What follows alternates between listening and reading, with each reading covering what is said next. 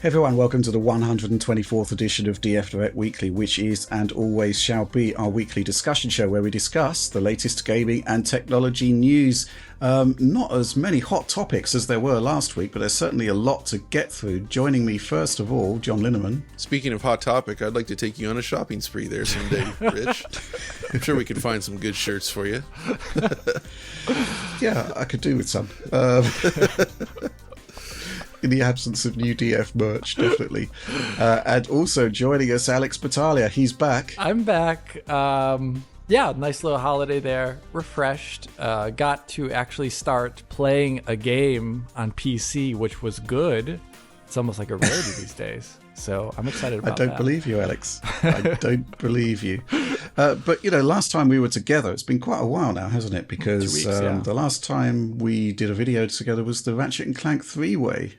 Oh, yeah. And which we've got to, before we move on to the news, Alex, we've got unfinished business here because, yeah, I mean, what happened there? Basically, you seem to... fixated. The evil villain of the piece wasn't actually Dr. Nefarious, but was actually Dr. Demento. Mm-hmm. And I was pretty convinced that Dr. Demento was like, it's like one of those AI images, like the Pope in a puffer jacket with Yes. like seven fingers. I was pretty sure that your own neural network had coughed up Dr. Demento. But Dr. Demento is real. He is a real thing. I did some Wikipediaing, if that is a word, this morning. It's a verb, yeah.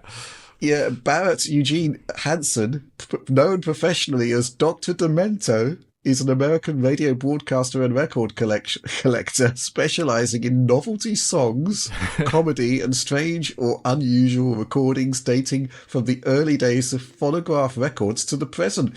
Yes, he was born in 1941. He's still alive today, aged 82. Oh, my. He's noted for helping to bring, quote-unquote, Weird Al Yankovic to national attention. So, Alex. Yes. Why? How? Okay, so how did he end up in our Ratchet & Clank content? So there's a lot of reasons for this, but one, I was actually kind of thinking of, we've been talking recently about Voyager, and on Voyager, there's the Captain Proton like subsequences that are done all on the holodeck, and there it's like stylized on like 1950s science fiction B movies, and I kept thinking about like what was the name of that person, the bad people in that one. But I kept saying Dr. Demento because I had recently, about a month before we recorded that video, I watched Weird Al Yankovic's UHF, which is a pretty funny movie. Oh yeah, a classic. And then after that, I also, like you, Rich, went on a Wikipedia spree reading about Weird Al Yankovic because he's such a strange character. And that's where I read about Dr. Demento most likely. And that just stuck in my brain. And I just kept ever since then referring to everyone that's like a B-movie villain as Dr. Demento. All right. Okay. But, in the boss battle with with Dr. Nefarious, it does actually say Dr. Nefarious on the energy bar. Hey, sometimes reading's hard. Let me just say that. Okay, fair enough. And with that, out of the way. Our first news topic. Okay, big news this week because it's been rumoured for a while and it was finally announced. Red Dead Redemption, quote-unquote, remaster is coming. It's coming sort of very soon, like, from the date of recording, 6 days from now. It's complete. Seemed to be a pretty good outfit doing the port there. Question is whether it is actually a port or indeed a remaster, because it looks like we're getting the exact same game that we received way back in the day. Obviously up-resed and maybe tidied up here and there, but it does seem to be the exact same game. Initially, the news leaked via a Nintendo trailer just before the official announcement, where you'd kind of expect that, right? But then it was revealed that it's actually coming to PlayStation 4 as well, and Rockstar saying they've basically brought the game to modern platforms. The concept that we're not actually getting much in the way of a remaster here, on the face of it, and the fact that there's no actual bespoke PlayStation 5 version is basically gone down like a lead balloon. John, thoughts? Oh man, this is a tricky situation actually, because there's a good and a bad side to this. I would say the good side is that it was the developer behind it is Double 11. Is it Double 11? Yes. So that is a project that Matt Phillips is working on, who is a very talented coder, and he's the guy that built the Mega Drive game Tanglewood from the ground up, right? So, friend of the show, we've had him involved in that Tanglewood video back in the day, and he's done a lot of amazing work. He's also the guy that implemented Time Splitters 2, the first level, into Homefront, the second Homefront game, which is awesome. And so I have no doubt that the work that they've done on this will actually be of good technical quality. That's the hope anyway. But I think the bigger issue here is that Rockstar has not budgeted for something more than that, right? They picked this studio. I hope the studio has done a good job on the actual conversion work, but they clearly didn't budget for more than just a straight conversion. And that's where the disappointment comes from, I think, for the fans, especially. It's not fair to use rumors to build your expectations necessarily, but I think people were really hoping that we'd get like a proper remaster here. I'm of two minds about that. I'm not sure I'm that interested in them spending all those resources on remastering this game, to be honest. I think it still looks fine. And it could have gone real bad, like the GTA trilogy, right? Yeah. I mean, this is much more modern, visually speaking, right? So but they did attempt to modernize the visuals in that, and it did not go well. I don't think we're going to have a GTA trilogy situation on our hands, and that it'll probably be a technically competent product, but it's clearly just Red Dead running at a higher resolution with whatever tweaks and changes to bring it to those platforms. And I think that's really borne out by the fact that it is just PS4 and Switch. Like, my initial response was like, wait, there's no Xbox version? But then it's like, oh, there's the backwards compatible version already, which is just 4K native 30 FPS. And this is probably going to be that too. So at least we hope so on the PS4 Pro and PS5. So you're like, if they're not releasing on Xbox, it's because they likely don't think that what they're selling here is better than the backwards compatible version, right? Yeah, essentially you've got the product already and have had for years. Exactly. That's basically what I see with this. That's what I read from it. I will, and I know this is typical Rockstar, but I was also disappointed in the lack of a native PC version. Like, look, I know they like to release their PC games late, but this is an old game. It's been around for a long time. It just doesn't make sense to me why they wouldn't also just put out a PC version. Like, come on, guys. Like, seriously. The community wants it. Yes, there's emulation. Alex did an excellent video on this on, like, Xenia, and it's awesome. It looks great, but, like, this is a chance to sell a native version of that game to PC owners, and, well, I was going to say one benefit would be the PC modding community, but Rockstar hates them. So yeah, yes. Right? Maybe that's part of it. I don't know. What do you guys think? This whole thing is just like, it has me going in circles. Well, there's the cost issue as well. It's going to be $50 for a game which you can pick up for nothing on Xbox. Physical disc, go into any used store. It's likely very cheap. Yeah. And, put it in a Series machine. You get 1440p on Series S and you get 4K on Series X. Do you not get 4K on Xbox One X as well? You do. Yes, you do. So, okay, there you go. Yeah. So, there is rumors. I'm not sure it's actually been officially confirmed. It's 1080p on PlayStation 4, 4K on PS4 Pro. So you would at least get parity there. I guess we could have taken a closer look at the trailer, which was a 4K asset, by the way. Yeah, it was. Yeah, so there's that. Yeah. But there is the fact that we've got no PC version whatsoever. The PC is the most future-proof platform in terms of preservation. So the concept of not doing a PC version just from a philosophical standpoint, I think is really, really bad. I mean, there's no reason why it couldn't have happened. Modding. Like I said at the end, I genuinely wouldn't be surprised if it comes down to that. Rockstar seems to be very angry about PC users modding their games. How dare you make our games better? There's such a huge community around GTA modding. I'm flabbergasted by this. So, Alex, what was your reaction to this? I'm picturing rage, tables being flipped. I'm pretty sure there was anger. steam coming out of my ears or something like that. It was very comical. No, there is actually a reaction in the team Slack, and I think it was expletive filled. I think just the idea that after so many years, the main outcry has always been this game has not been ported to PC, and there's always been rumor mills behind the scene about quote unquote spaghetti code, and it's locked into the Xbox 360 and PS3. And this is the stuff that is always said about MGS4 as well too, which we know now, maybe with some rumors that it's going to be coming out. So I just say, like, it's been something that the PC community has wanted for so long, yet Rockstar continuously for the last, I don't know, ever since GTA 4 released almost, has just been like casually spitting on the PC community from afar. It's just like every single time they release something, it's like, oh, well, we'll just give it to you 2 years later on PC. And there's good reasons for releasing a PC game later to actually give it the proper polish time it needs. And I think sometimes it's been that way, like specifically with Red Dead Redemption. They had a lot of things already on their plate then to release, and getting it at all working and looking as good as it did on Xbox One, you know, that took time, obviously, and then they wanted to make the PC version special, which it was. So kudos to them for that. Red Dead Redemption 2, I think. 2. That's what I meant. Yeah. Red Dead Redemption 2.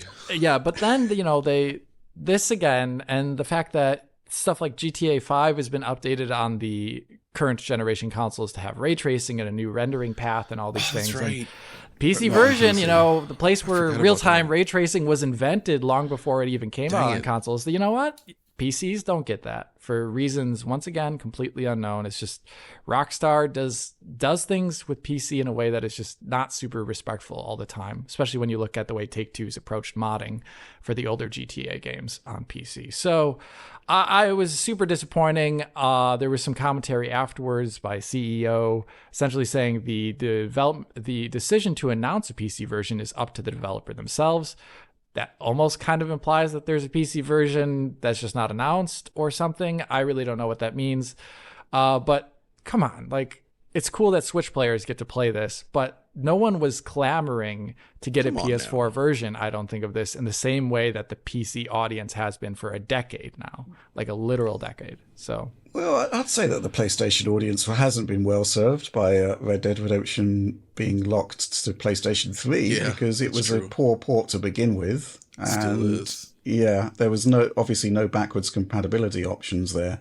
So I think this is kind of like a good thing. There's a couple of things which obviously rankle beyond the PC side of things, which is like, you know, really not good.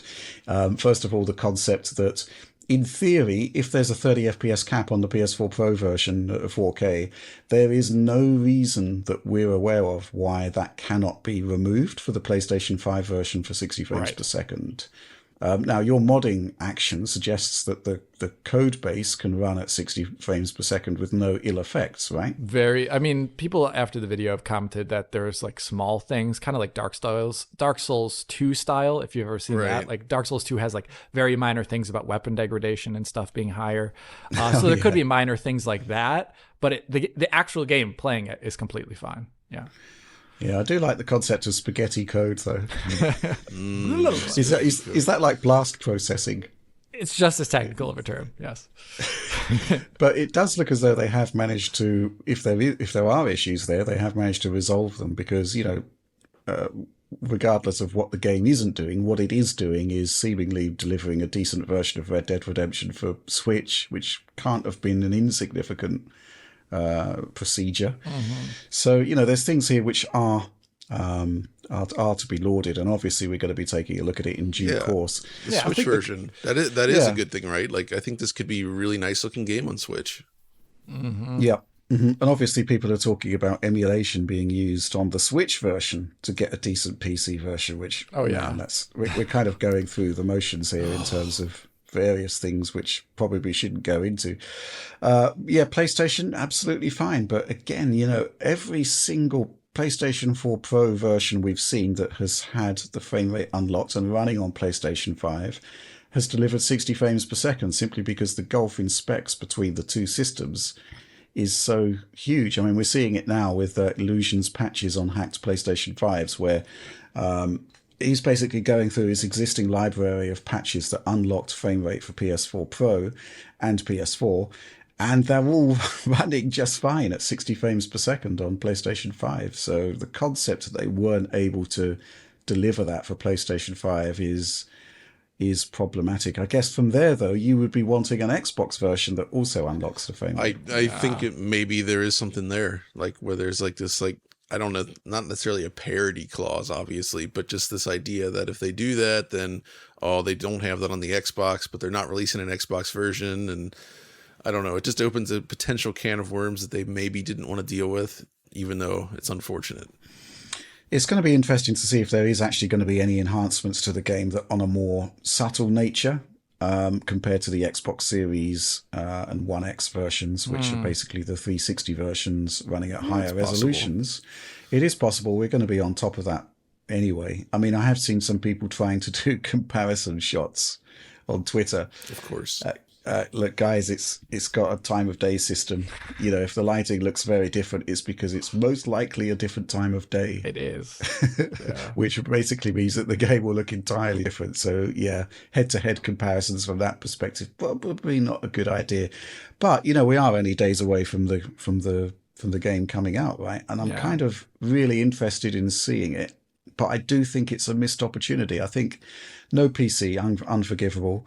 The concept of not having a version for PlayStation 5 when they're talking about converting the game to modern systems, that's not good. No.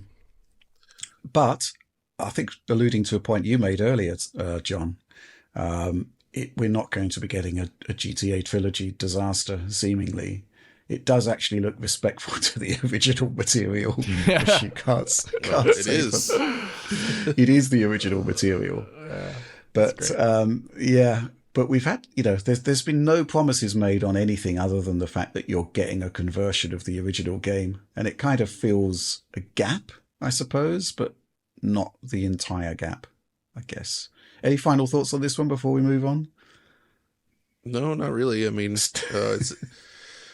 I guess, playing it on Switch, on a Switch OLED, that does seem potentially appealing. And there's a good chance that they could get it up to like native res on both portable and, I would hope, docked mode, given that it is basically an older game. It seems feasible, at least, which means it could end up looking as one of the best looking open world games on Switch. So one of the things I'm curious about is the original came out at a time when post-process anti-aliasing was still in its infancy, and it used MSAA and QXAA on PlayStation 3. So if they drop that, they're gaining a ton of bandwidth on something like Switch. And I'd be curious, actually, if they use TAA, for example, and then have a lot higher res. That would be pretty cool, actually. Yeah, I'm looking forward to seeing how the port is going to shake out. I'm not looking forward to the response to the video, because any kind of analytical take on the game is going to be taken as a defense of something that we're not looking to defend.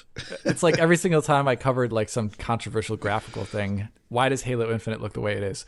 And I'm trying to describe why I think it looks the way it does. And I'm not saying nice things about it, but, you know, how dare you defend this? How dare you? Yeah, that is a weird response. And I usually chalked it up as the people that say that don't understand what you're actually saying. No, it's Well, I think, you know, there's possibly the concept that people are coming into this angry. And they got the pitchforks out. And they're looking for validation or anger, right? And we get angry about certain things, and we're angry, not happy, shall we say, about the lack of a PC version. But yeah, I mean, let's try and keep it in perspective. But I think that's all we've really got to say about the Red Dead conversion at the moment. But you know, we haven't got long to wait until we see the actual game. And I'm actually really wondering, interested. have either of you guys actually played through Red Dead Redemption? The whole game? Yeah, no, not the whole game. It's really long. So, I mean, I actually played through all of Red Dead Redemption 2, but I bounced off the original. I've barely played it. Like the first couple hours, and that's it. And I just dropped it, and I didn't like it at the time. But I did like the sequel. So, I mean, if I do end up going back to this, it would be the first time I've really played it. And, you know, so I'm potentially looking forward to that. But typically you do that stuff on your PC, don't you?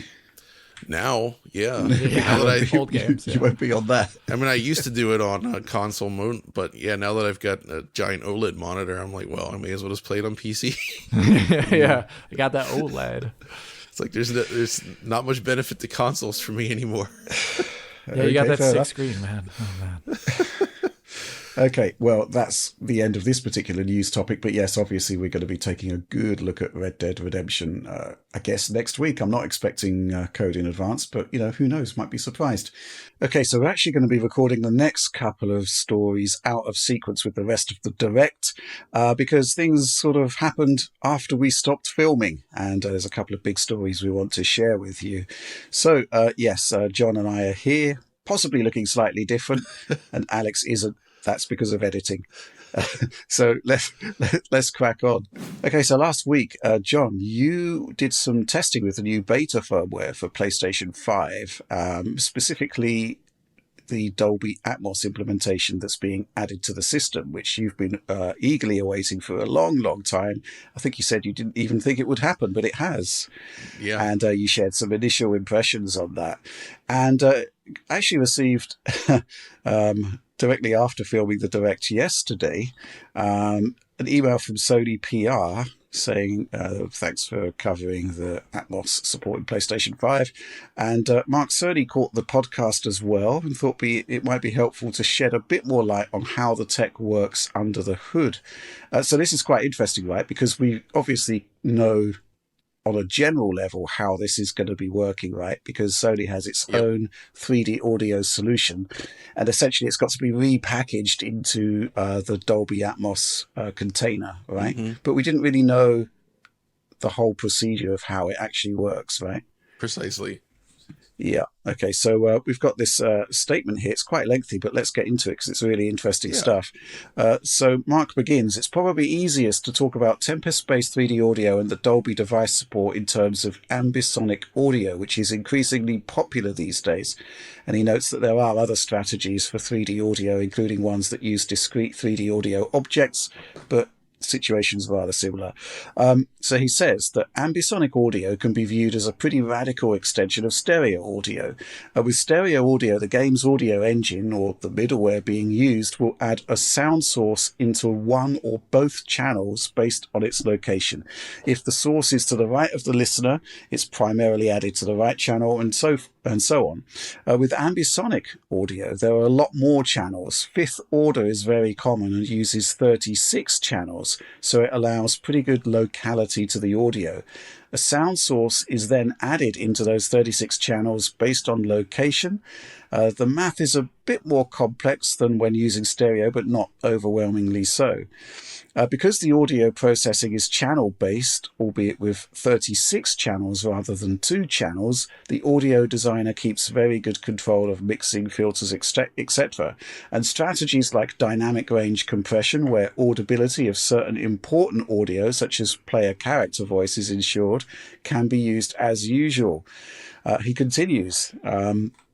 The ambisonic audio channels are then handed off to the Tempest 3D Audio Tech engine for rendering, which is to say that the Tempest engine uses the player's HRTF and the speaker locations to create an appropriate audio stream for each speaker. The ambisonic audio channels encode all directions, including above the player.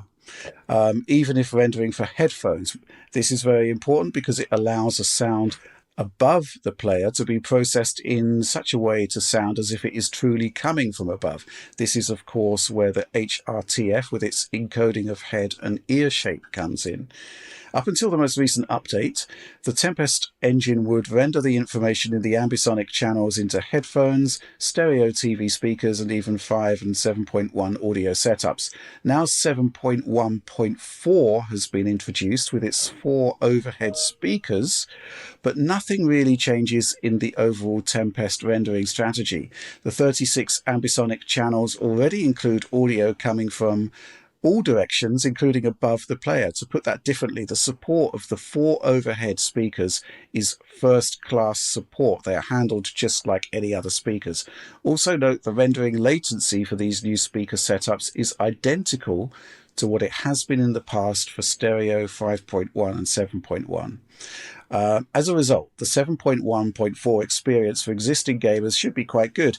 It is true that the game teams could not test with these speaker setups, but support should be pretty automatic. The necessary game audio data is already there in ambisonic form. Going forward, there's an opportunity for improvement as the sound designers can verify the highest quality of audio on 7.1.4 speaker setups as well. Signed off, Mark Cerny, lead system architect at the PlayStation 5. Lengthy statement, John, but pretty much tells us exactly how it's working. And I guess essentially we're getting a refresher course in how Tempest works generally and how specifically the implementation works in kind of making Dolby Atmos 7.1.4 actually happen. Yeah, that's right. And it's a more nuanced way of sort of explaining kind of what we said last week, I think, where it really is just taking the existing Tempest audio output, and you have the extra height channel. So it's just injecting that extra data into those channels. Basically, it already exists. It was already doing this height stuff. It's just now possible that it can access these height channels on your stereo or AVR setup, right? And that explains then why the games just sort of worked. So the games that already take advantage of 3D audio, just naturally that just works, right? And that's exactly consistent with my experience, where the games that I had confirmed did in fact make use of 3D audio benefit from the height channels. You definitely hear things above you, like rain and other effects and water. I recall in Horizon, again, when you're standing near a waterfall, you can sort of hear the waterfall from above. But of course, games that do not have 3D audio support, naturally, they are not going to benefit from this, as you'd expect. But what's interesting, though, is that thus far, this is all just automatic. And, the games themselves were built for headphones, basically, or I suppose the TV speaker setup. But I think primarily the 3D audio has been designed for headphone use. But now that this is an actual official supported option, this means I suppose developers can now tweak their games to take a better advantage of it.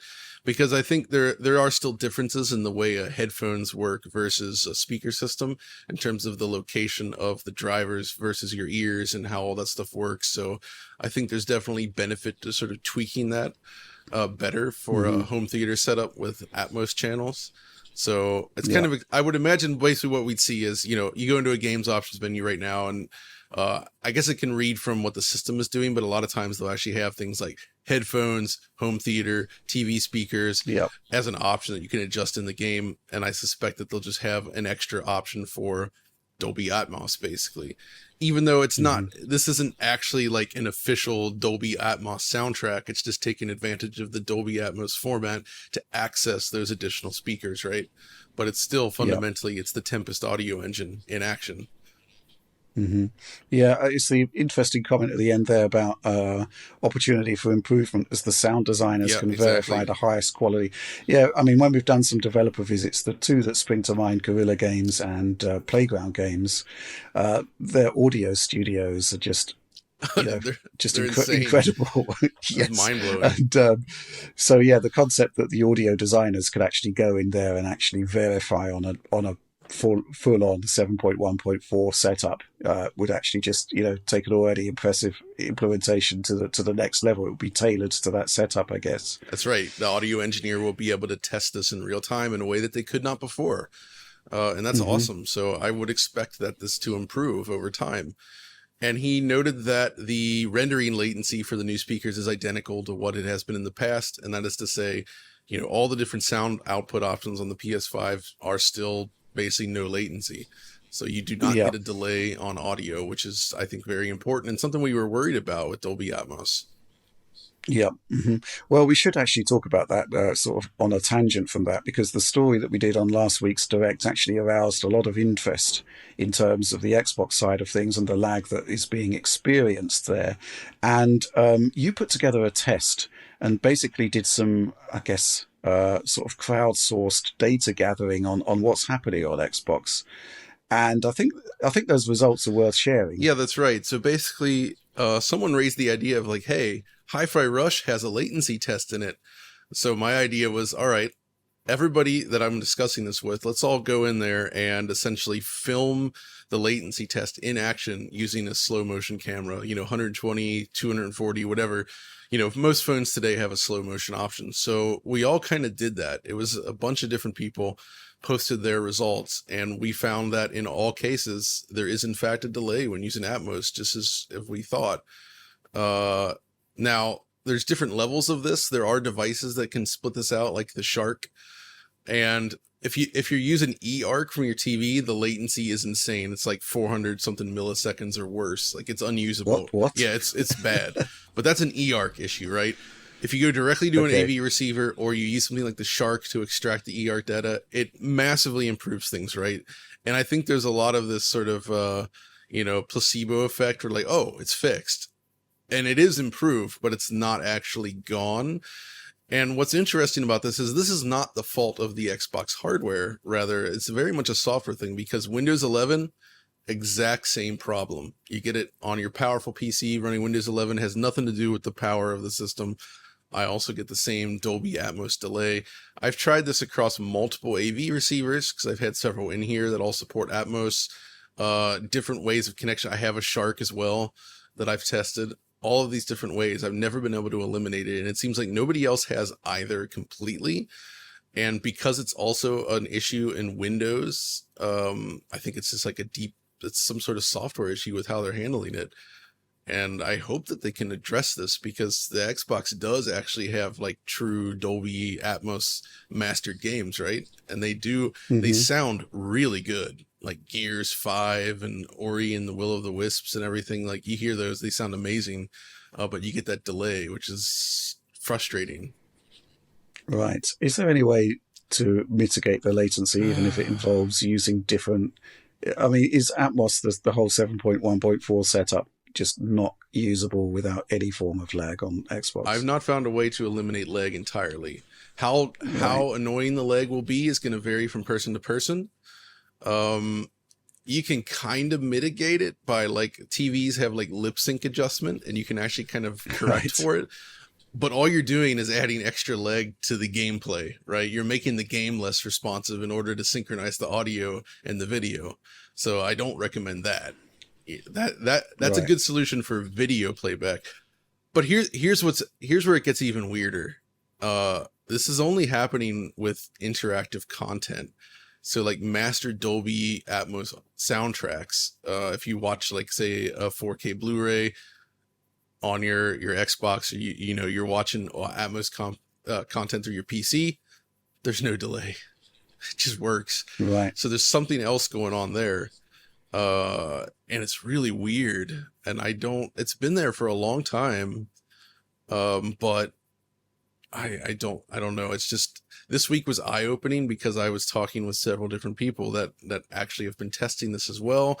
They thought it was fixed, but then they actually did this test and determined, oh, it is actually quite delayed. And you can really, Hi-Fi Rush is a great example for this, because if you go into the test that it has, basically is like the Guitar Hero style, where it'll ping a little graphic and then you hear a sound effect with it, right? And they should be perfectly in sync for maximum response.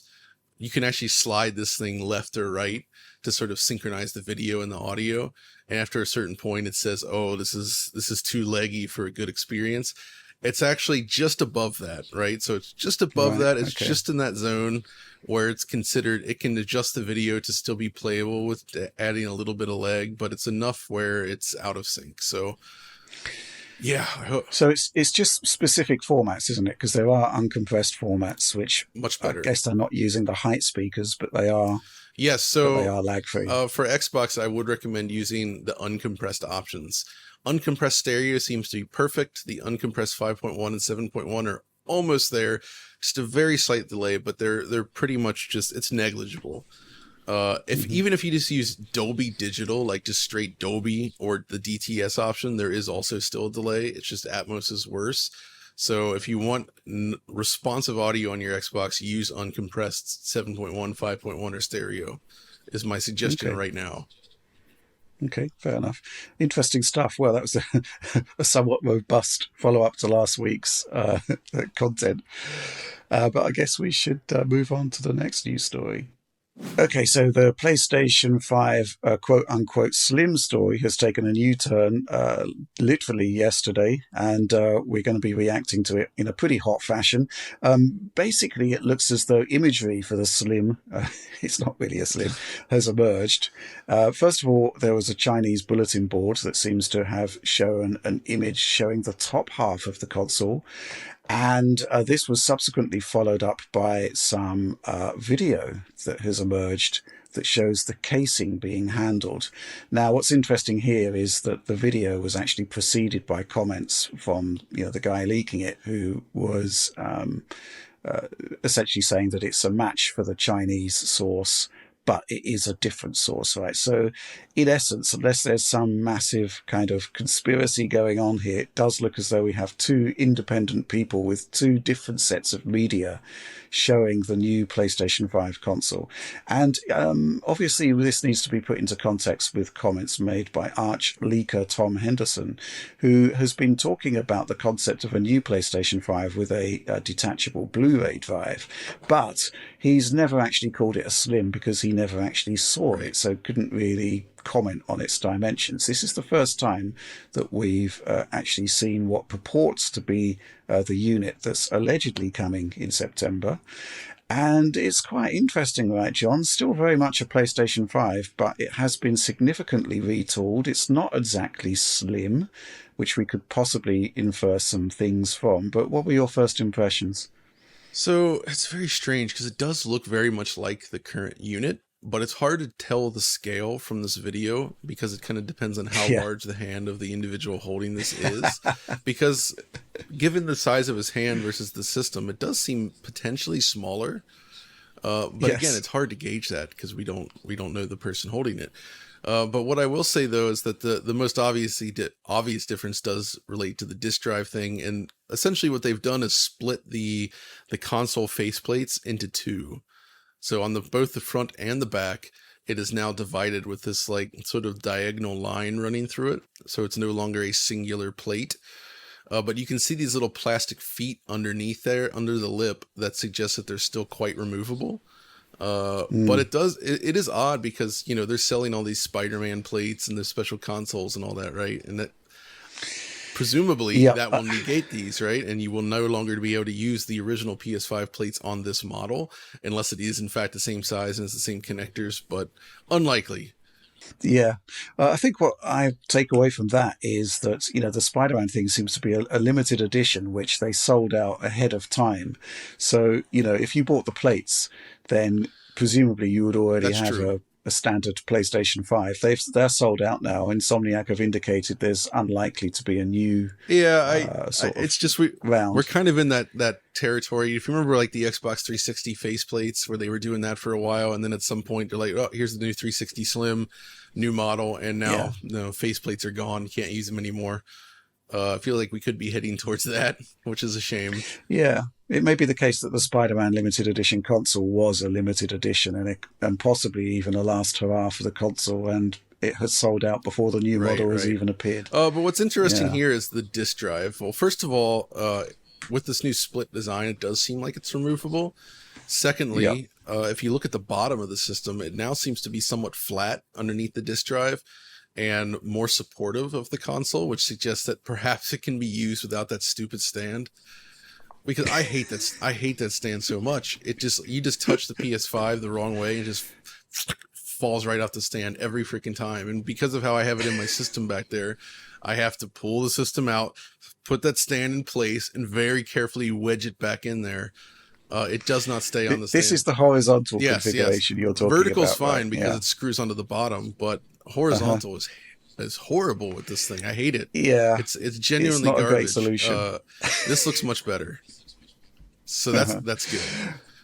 Yeah, but well, yeah, I think it's the case that the question is, why isn't it slim? I guess a lot of people are asking that because, traditionally that's what happens to consoles, right? They get smaller as the new hardware revisions come in. And that's because primarily the central chip at the heart of the whole thing has shrunk, become more efficient, produces less heat, so it requires less cooling.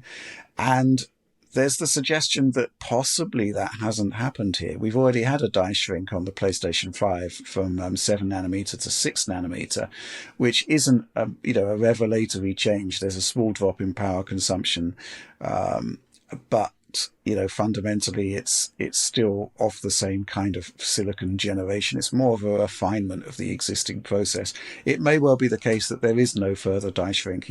Obviously you'd be wanting to move to 5 nanometers or 4 nanometers, whatever TSMC has got. But there's very much the possibility here that it's still at 6 nanometers and they've just reconfigured the whole system. Why would they reconfigure the whole system? Well, the whole detachable Blu-ray drive concept is quite intriguing, right? Because at the moment, Sony has to make a set number of digital units and a set number of disc units. Right. And typically, I don't know what the split would be. I would guess 80% in favor of the disc unit, 20 from the digital. I think that's based on some of the launch retail data from back in 2020, based on what visibility we had. But with this system, there's no need to actually produce two separate models anymore, which presents big savings from the production standpoint. It also means that Sony can dynamically change which models become which SKUs, right? Because, it's just a case of adding the drive or not adding the drive to an existing unit. I guess the question is the extent to which, first of all, they're going to continue with two SKUs to begin with, or whether they'll just shift to a diskless model and you buy the extra drive. And I suspect, I would prefer that they still produce disc models and digital units. But the question is, if you've got a digital unit, is there an upgrade path? How much does the drive cost if you do want to upgrade the unit to a disc model? There's still a lot we don't know. And I guess, we've got the form factor of the machine here, which is raising just as many questions as answers. So, what we're missing here is the actual marketing message from Sony, which I think is going to be crucial. I agree. I mean, the main question has answered that this is not some sort of external USB based drive that you plug in next to your console, right? It's not being sold like that. So that is at least potentially great news. As a pure hypothesis, my guess here is that they are going to continue to sell the two SKUs. And like you said, this basically simplifies manufacturing. They were already using the same board on the two systems, but now everything else, it looks like they can just manufacture exactly the same machines and just choose whether to put the drive on or not. And like you say, it's down to how is this marketed? Is this disk drive something that the consumers can actually purchase separately? And that's what we don't know. I kind of hope that, they don't sell it separately, but maybe if they do, it's like a special purchase kind of thing where you could potentially get it, but it's not like you're going to walk into a store or go on Amazon and find drives for sale, I don't know. I mean, that would be the best way forward for making it easier to upgrade, right? Yeah. Oh man, it's a weird one. All I will say is I hope that they continue to sell the two SKUs and that the main one comes with the disk drive already inserted. That would be optimal. There seems to be the suggestion that there's an extra USB-C input on the front as well, which is interesting. Oh, so yeah, based on that, it seems like they actually got rid of the USB-A port on the front, and it's just two USB-C ports, which... Okay. I don't know, that's interesting. This got me thinking about USB as well, because in the comments on Twitter for this, somebody linked to a thread.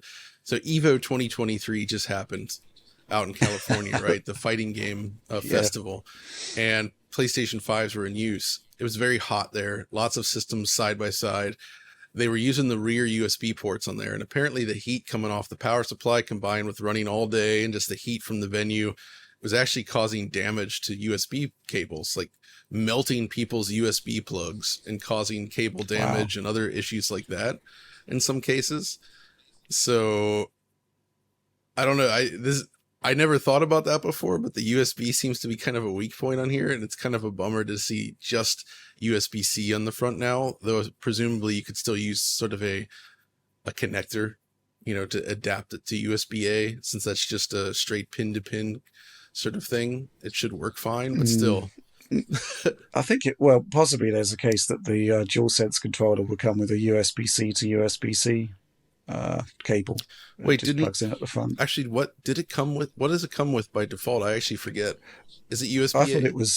I thought it was A to C. Really? I've lost track of that. I'm not sure which cable came with the PS5 at this point. I thought it was USB-C, but maybe not. I might be wrong.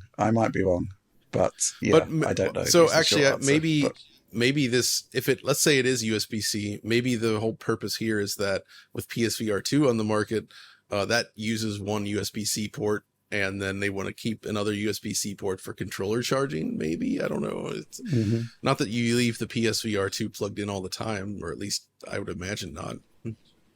Mm-hmm. Yeah, it might just be a change in direction, a new refinement of the existing unit, for purposes unknown at this time. But there's not really too much more we can talk about this, because I guess we strongly suspect that this is genuine, and it certainly looks the part. What do you think generally of the aesthetic of it? I think it's okay. It's still recognizably a PlayStation 5. I've never been really taken with the design of the machine. I'm not sure I'm a big fan of this one, but it does the job. I'm going to be curious to see how this detachable Blu-ray drive actually works out in practice. I think that's the key thing. They have kept the Chad Warden popped collar, so that design is going nowhere. Thank God. Thank God. No, I'm also not a huge fan of the physical design of the PS5. It's definitely strange, and it's just so large. I hope that this is actually a slightly smaller unit. Again, very difficult to tell, but the size of the PS5 is just...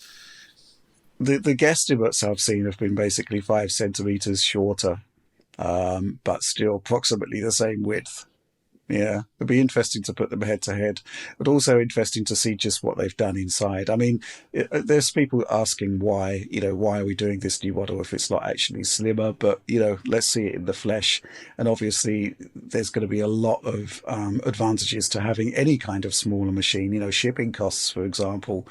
And if there is this rationalization of the production line to make those two models into one more easily, I think that's worthwhile from Sony's perspective too. I'm just going to be curious to see what the user gets out of this at the other end, because it seems to me that Sony actually has a pretty good history of doing second revision consoles on the PlayStation side. True. I guess the best one I can think of is the PlayStation 3 Slim, which was actually a really strong console.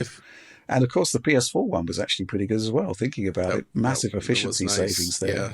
Yeah. My hope here is that the board has been reduced in terms of size just enough that now modders could put it inside of a PS3 fat case, and you get Why? Because there's so many yellow light of death PS3s out there, you may as well use the case for something. Wow. I'm not sure that was actually on the original I'm kidding. objectives. It just occurred to me that, the PS5 is the largest console they've ever made, but if it's just small enough, you might be able to fit in that PS3 case. Yeah. Or the Xbox VCR. That would be an interesting upgrade. That thing was cavernous, wasn't it? That case. Wow. It ran cool. Okay, yeah, obviously. I'll give them that. Absolutely. So there are rumours that this is going to be the new model appearing in September. I'm hoping possibly, if that's the case, we should get something at Gamescom or Gamescom adjacent. They're not going to be at Gamescom, so... Yeah, they might have their own show, though. Possible. Maybe TGS. Yeah, absolutely. Interesting. But we're obviously going to be getting one in and testing it and seeing what's actually happening there in due course, assuming this is all real and not some massive AI illusion that we've been subjected to. Stay tuned for more digital Verity coverage on that. Rich, I think the way we can disprove that this is an AI trickery is that it shows a human hand rotating the system, and the hand looks correct, anatomically correct. If this were AI, that would not be the case. He'd have 8 fingers, or more, they'd all be thumbs or something like that. Absolutely. Okay, I guess that's the end of this kind of direct within a direct, and we're going to be going back to our main scheduled content now. So welcome back, old Rich. old John and Alex. Okay, so this one is actually quite interesting because there's no actual official announcement as such. It is entirely a rumor. It's a rumor from a source that's proven to be quite reliable in the past. Kepler_L2 dropped a bit of a bomb on Twitter last week by saying that RDNA4, the next generation GPU architecture from AMD, is unlikely or even won't have a top-end chip. He talks about AMD adopting a strategy similar to what they did with Polaris, which was the RX 480, which was also the RX 580 and the RX 590. Oh baby, yeah. RX 580, it's still kicking. Yeah, absolutely. But yeah, basically he's saying that they're basically aiming for a mid-range chip, and that's kind of like going to be the extent of RDNA4. Yeah, interesting stuff there. Alex, what do you make of this? I mean, on the face of it, it's not great news because we need competition at the higher end. Yeah. And we kind of got that with RDNA3, right? In that they were price competitive products, or at least the 7900 XTX was. With the 480. And, you know, yeah, if you're not interested in next-gen features, it's not really our bag, but it definitely does the job, right? And the concept that there won't be a similar product next-gen, there's a lot of concern about this, specifically because competition is sorely needed in the GPU space, particularly in terms of keeping prices in check. Yeah, that is a big point. But so I would agree 100% with those sentiments. But at the same time, I think almost like the divide is so strong and so large now between NVIDIA and AMD's GPU offerings in terms of mind share and market share, that kind of NVIDIA has been doing its own thing for almost 2 generations without almost even mentioning AMD in the same breath as like their products. They almost don't need to anymore. They don't. So don't. They just say IHV3. If you look at that one streamlined presentation, if you remember that, they don't even need to mention AMD.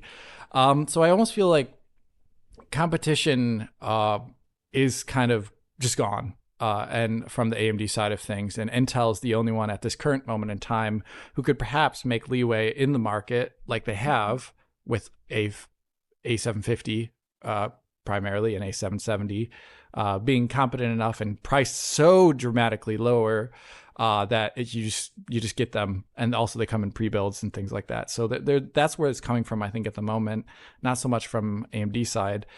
But in regards to RDNA4 being lacking a high-end chip, it's just a rumor, so obviously there's only so much we can say about it with great certainty. But I would say it is a huge misstep to do that because NVIDIA comes out the gate these last 2 generations now, launching with a pretty high-end chip, and it sets the tone. It's got the feature set, and it's got, especially with the RTX 4090, where it was one of the first times in a while we've seen such a large gen-on-gen increase over the top-end chip of the previous generation. It was like really big.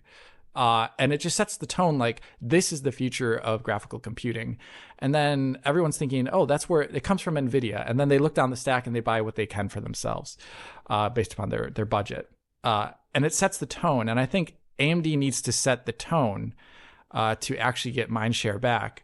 That means forward-looking features. And yes, it does actually mean having the top-end chip, at least a competitive one that allows people to compare and say, oh, this is good enough for me. And them not doing that, I think, is just going to put them further in the hole of just being thought of as being a niche GPU maker that, you know, they sell the consoles for SoCs, but they're not serious in the GPU space. And I think they need that, actually. I think it would be a misstep to not have the high end.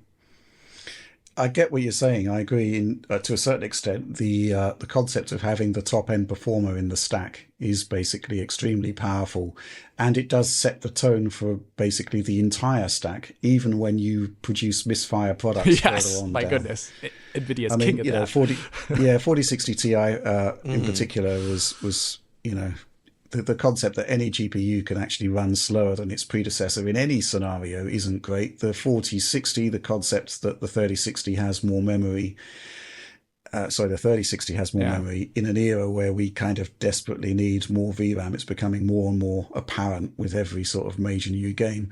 that's a misstep. So yeah, I mean, that is problematic. What I will say is that if they are aiming for sort of lower end products or mid range, even by that point, with whatever RDNA4 is, that is at least where you would expect to see the bulk of purchases in the market. But you're right, in terms of setting the agenda, in terms of setting expectation levels, it is generally the top end chip that does the heavy lifting. I think, though, this generation, the 480 was so badly regarded in terms of price versus performance. It had less price versus performance than the 1490, which is a first. That's not great. Yeah, I just don't really know how to take this.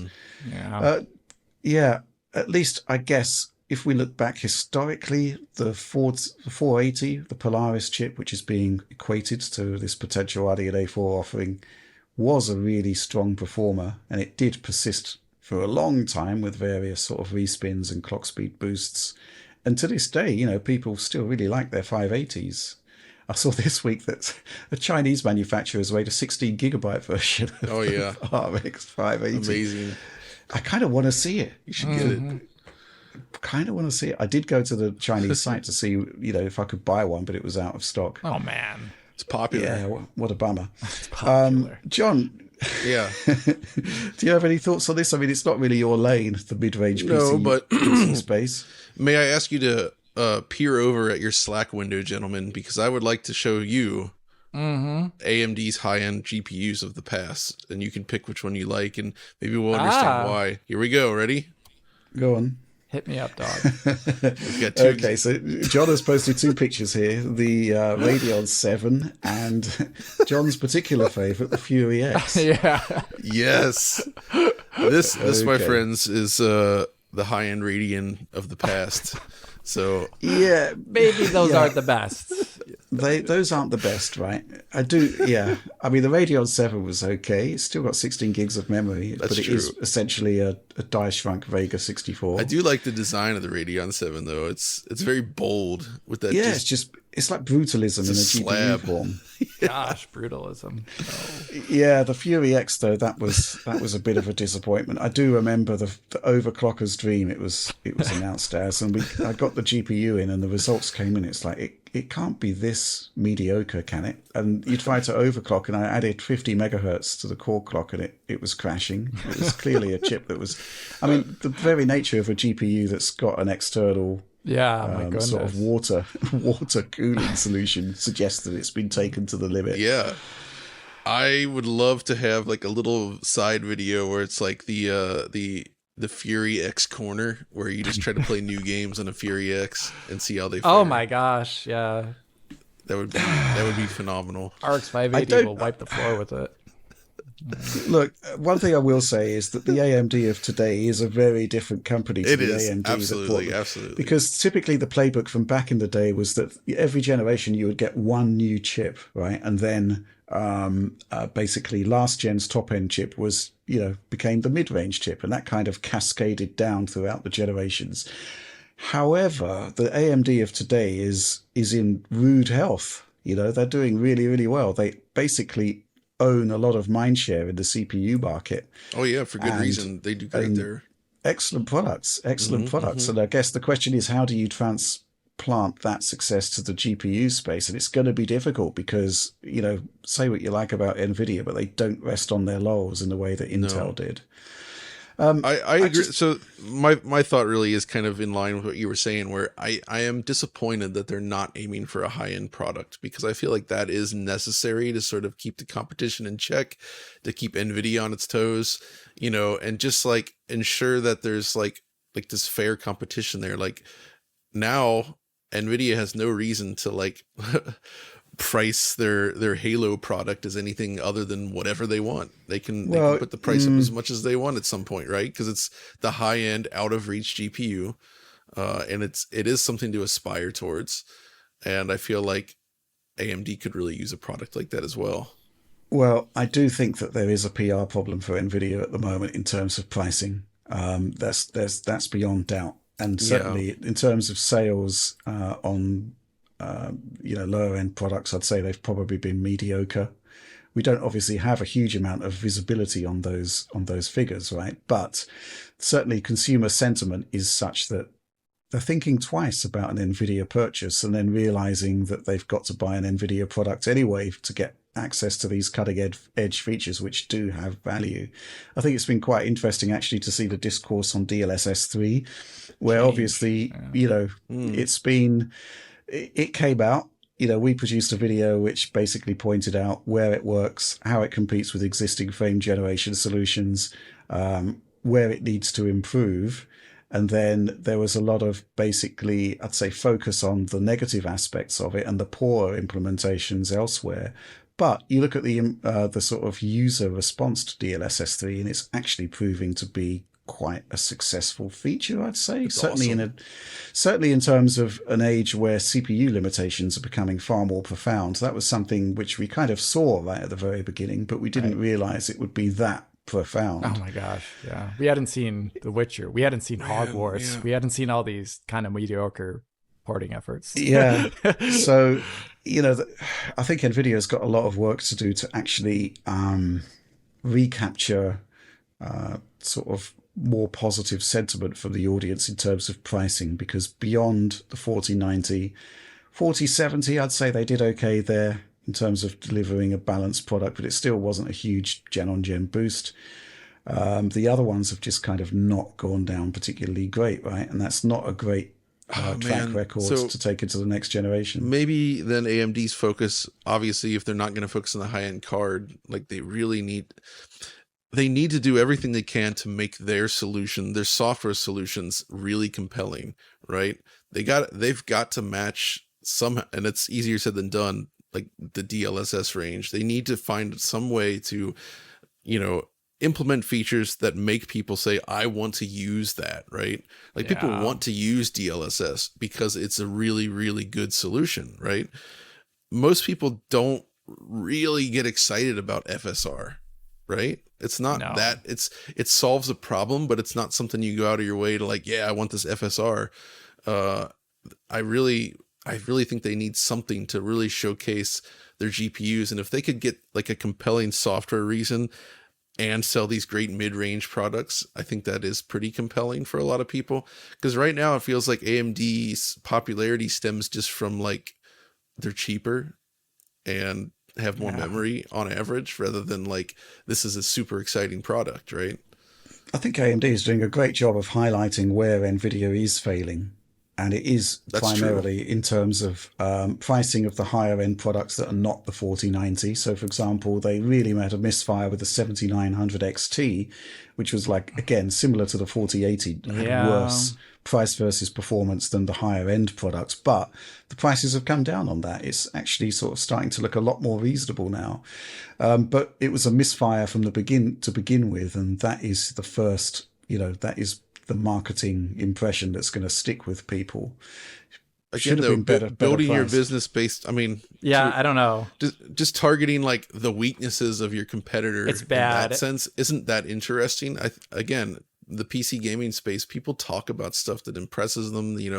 There's this like people thrive to experience these new technologies, new exciting cutting edge stuff, and I know it's difficult. I get what you're saying. What is the vision of gaming being provided? Exactly. Nvidia has basically set itself on a path of, right, okay, we see that AI is going to be hugely important in games.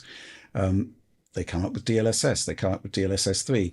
We see that ray tracing is hugely important in our enterprise markets, but we think it's going to have a great future in games as well. How do we leverage that? And they leveraged it by providing great hardware to developers that excited them. And let's be brutally honest about this, they provided financial assistance to developers to actually make those features happen, right? Yeah. And we're now seeing, even if it is simply engineer resource, we know for a fact that Cyberpunk 2077 had heavy involvement from NVIDIA to make that path tracing thing happen. Mm-hmm. And that is basically a vision for the future of gaming. And we're not seeing that from, I don't think, any of the other suppliers. What's interesting is that you still see people refer to ray tracing, path tracing, whatever, as RTX, right? So NVIDIA managed to basically they came up with this branding and people just use that almost like, Kleenex or whatever, right? It's just like, it's just a word that is a brand, but it's associated with that technology. And that is powerful, I think. Yeah, I just want to chime in about John that I don't think AMD's market position is made that much more powerful by them being a negative reflection of Nvidia, and them. Right. I think them overtly talking about it is just constant ammunition that backfires in their own face, and I don't like that. I think they should go for the vision of the future type of computing. In the Slack, I just sent an advertisement that I took a screenshot of a couple of weeks ago for the 7000 series, and it's a German advertisement. Sorry, it's just. But in it, it's them. The main advertisement is saying this is not the RTX 4080, and it's like this is bad. This is not. I don't think that's really good advertising. So I think it would be great if, like John said, they came up with a really amazing, alongside RDNA4, had a great software new thing that they're pushing hard. It doesn't need to be FSR3. It could literally be something new, but at least something that makes their GPUs not just like alternative and not as good technologies like FSR2. They need something to push it further than that, I think. Well, speaking about FSR2, there's been a lot of comparisons of the latest version of XeSS and even the software, the sort of version 1 for DP4A. Competing, DP4A, the competing GPUs. It's looking really good. Yeah. Yeah, Intel is kicking butt in that space, right? Like if they actually eventually begin to target high-end graphics cards, and if they're committed, I think they could become a serious competitor in this space. Yeah, with Battle Mage. I'm really curious about that. Whatever's going on there. Well, I think there's something which we should be talking about, which is that AMD are doing some really great stuff in terms of like handhelds. Obviously, the console space, they basically own it at the moment as well. Their technologies are in there. So it's not as if, AMD is failing in the GPU space. No. They're actually doing really good products. They're simply not competing with Nvidia. They're actually finding their own niches. And this is sort of support a question here from Gatti. In spite of AMD seemingly securing the console SoC manufacturing for the foreseeable future, is the news regarding low RDNA3 sales and RDNA4 rumors demonstrate problems for AMD GPU's technological growth? We're seeing huge resources poured from Nvidia into AI for consumer GPUs. Intel's budget GPUs are remarkably good at ray tracing. Feels like AMD is treading the rendering paradigm of yesteryear, which is kind of like what we've been talking about here, which is like features, right? I'm curious to see what they're going to do about this. We know that they've brought on some good people, ex-Frostbite people, for example. So, they're doing some smart hires. FSR3, we actually had another supporter question asking where is it, what's going on there.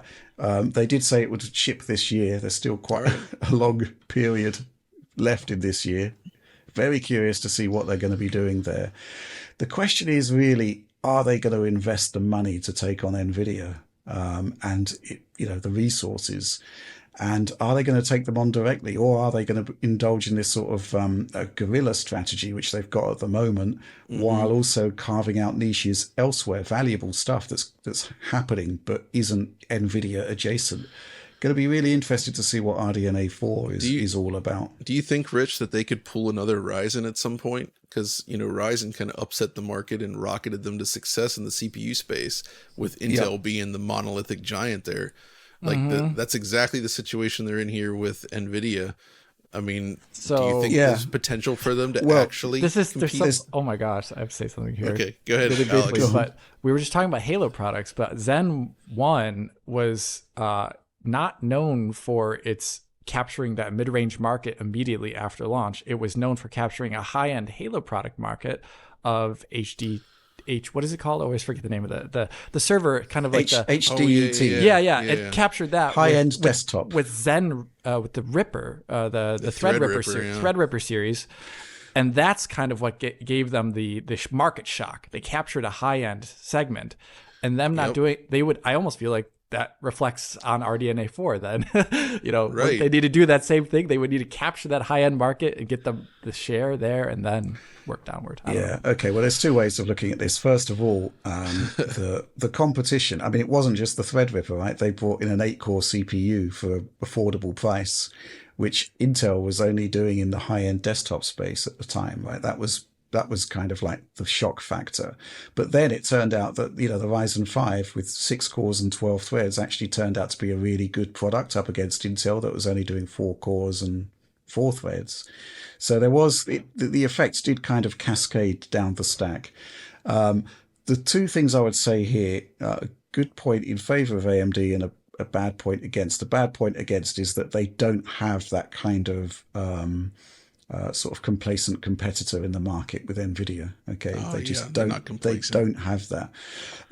But what they do have is a lot of experience with chiplet designs, and we saw that with the high-end RDNA3, which was the first multi-chip GPU. Right, the way things are going, it's inevitable. We spoke to Tom Peterson at Intel about this many moons ago, where inevitably the future is going to be moving towards chiplets, where you basically scale up performance by having many smaller chips within the product. That's what they've done on Ryzen. That's why it's been so successful. It's worth bearing in mind that it took them 3 generations on the CPU side to actually produce a product which I think is awesome, bar none.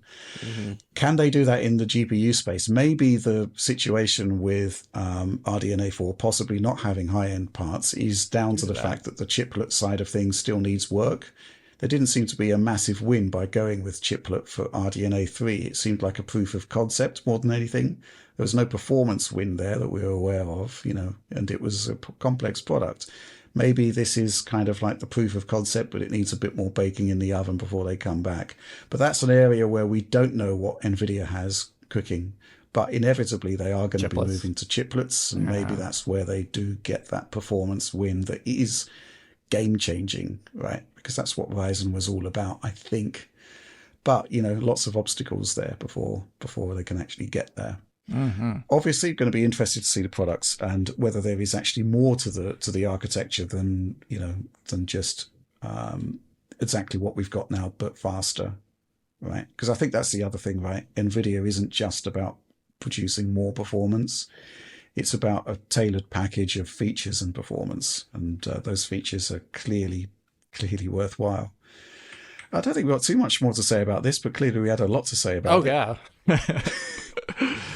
Let's move on to the next news topic. Okay, so recently Sony released a firmware beta for the PlayStation 5, which introduced features like Dolby Atmos. And part of that, it seems like a subset of people who received that firmware are now getting invites to take a look at PlayStation 5 cloud streaming, which is looking quite interesting from several perspectives, because it is full game PlayStation 5 streaming, which we haven't seen to date. Secondly, it seems to be 4K streaming, which apparently we haven't seen to date. But Tom was telling me earlier in the week that the PS4 game streaming on PlayStation actually seems to be pretty good. Lots to talk about here. Obviously, John, I'm not expecting you to be hugely excited by this. It seems to be a feature aimed at the very high-end PlayStation subscription tier at the moment. But, it is going to be additive. It's not going to take away from your PlayStation 5 games, obviously. Any thoughts on this one? I mean, the quote, "This means as a premium member, it'll be easier to jump into your favorite games without downloading them first to your PS5 console."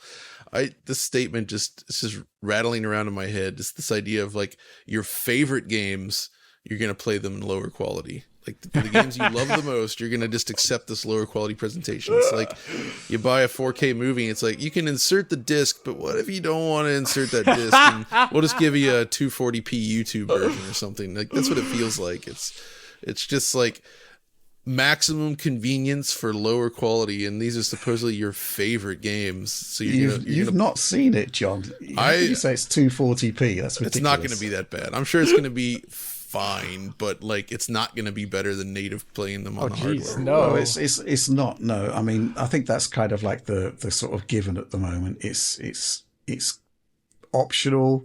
It's not going to be as high fidelity, but it could be more convenient. I'm just having a go at this. You see companies use this favorite term all the time in these sort of things, and I think it's hilarious that they're like, it's always your favorite. You can play all your favorite games on the service. You know, it's like, I don't know, man. Are you suggesting it's a curated list of titles that will actually have access? But you know, who's to say what your favorite game is? Exactly. I don't know. I can't. I am. The people accuse us of being biased on many things, but I will 100% admit that I am not. I remain biased against streaming, even though I've been impressed by some solutions, such as Nvidia's streaming service, which admittedly was extremely cool, but still not the way I'd play a game. Okay, Alex, thoughts on this one?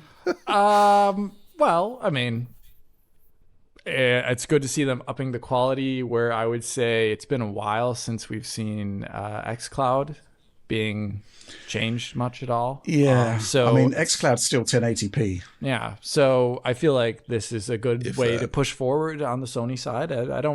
I mean, I won't play games with this way. This is not targeted at me. No. It's actually interesting to say play your favorite games, because I think this is targeted at people like an emerging market, and less so people from the existing, like hard software market or downloaded software market. So it's interesting you say that. I don't know. It's good to see.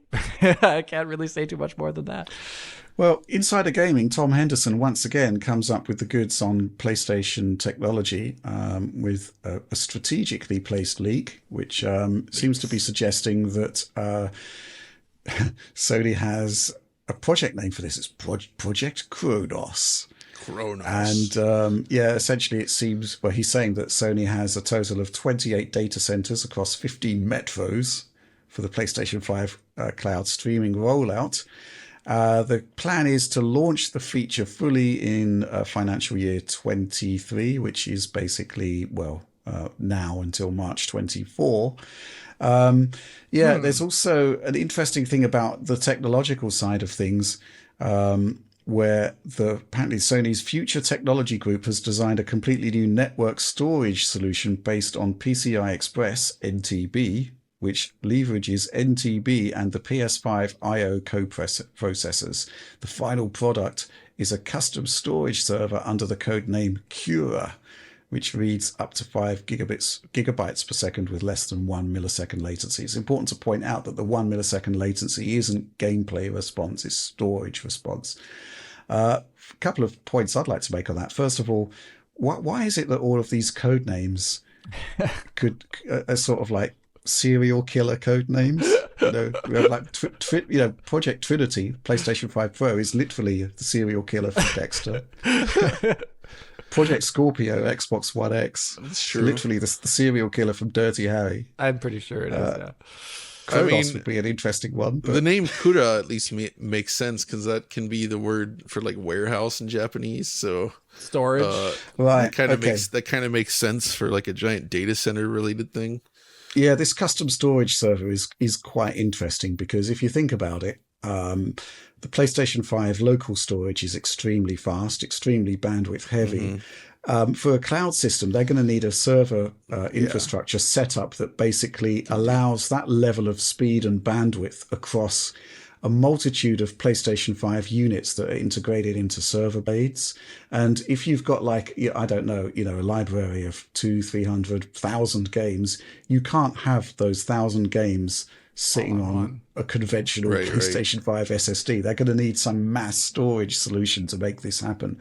And I think that's what Tom Henderson's article is talking about here. It's basically a custom form of the PlayStation 5 that can plumb into this custom storage solution. So all joking aside, I do think what this is sort of like paving the pathway forward for the Project Q or whatever they call it now, the handheld, right? Possibly, like, right? Clearly they're winding up or getting their services prepared for that product to launch, in which case,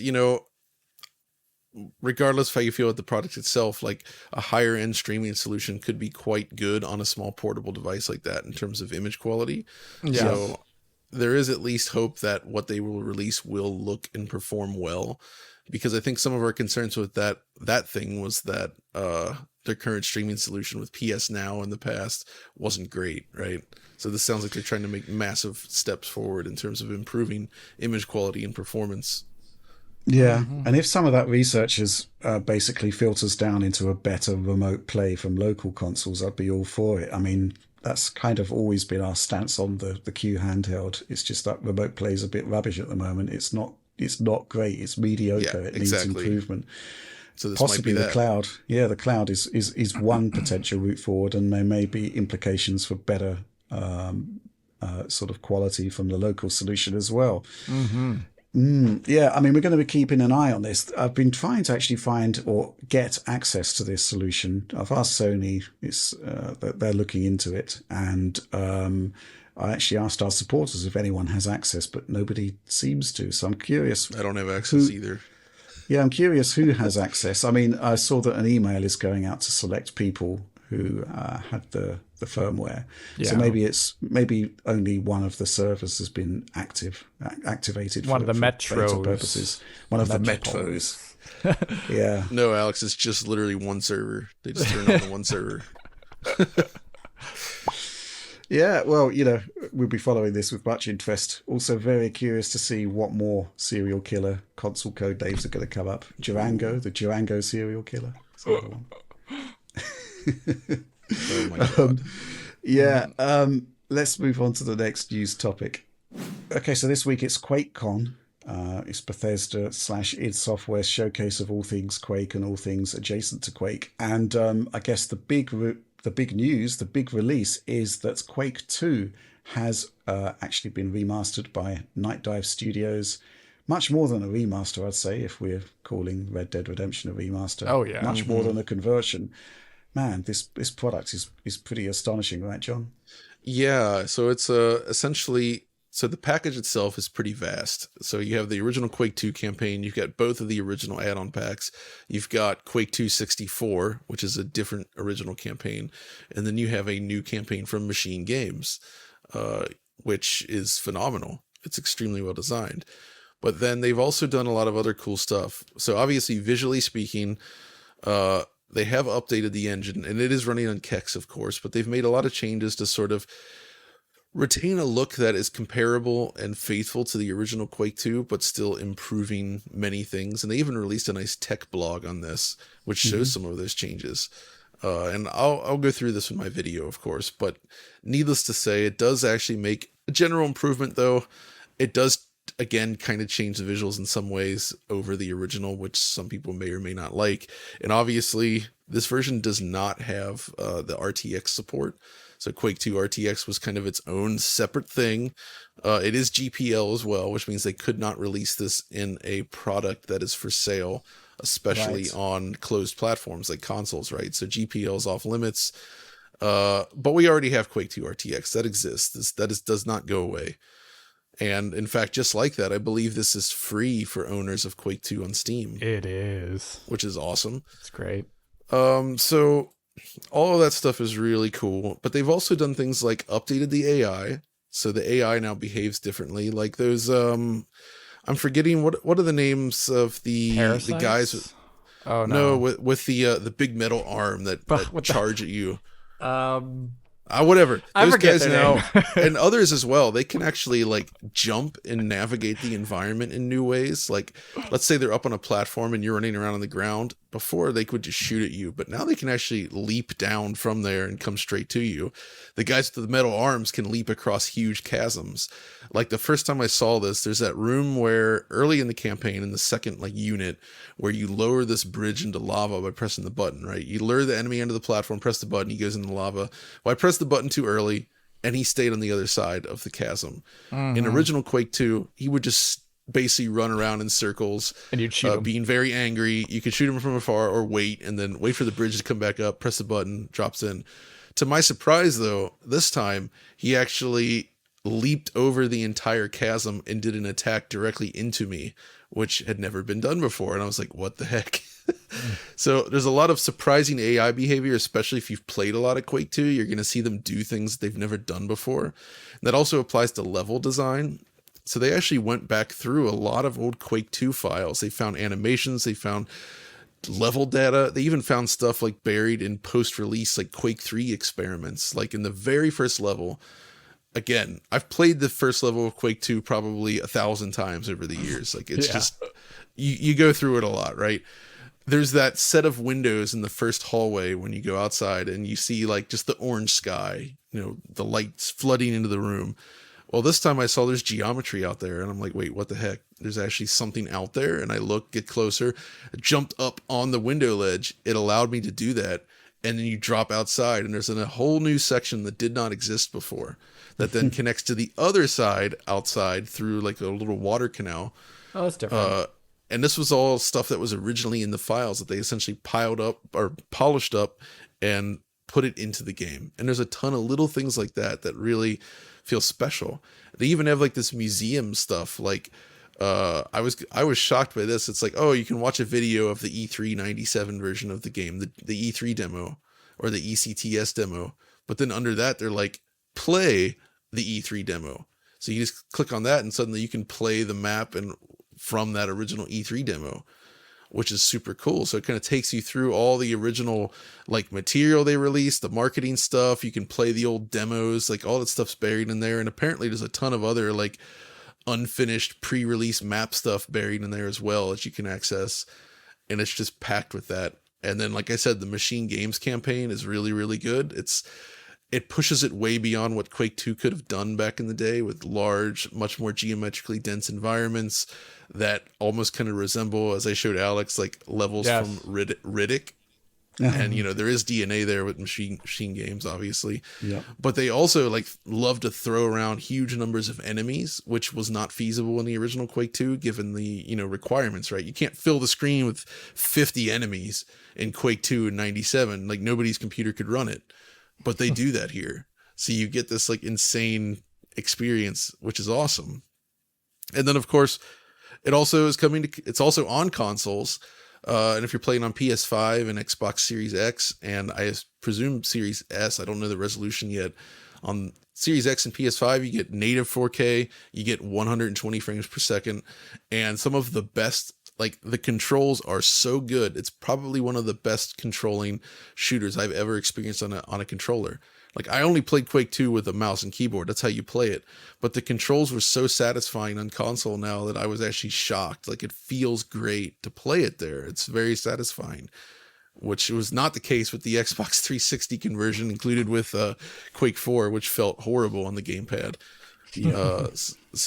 And that's not even touching on things like all the reworked multiplayer. It's got full online co-op. You know, it's got crossplay.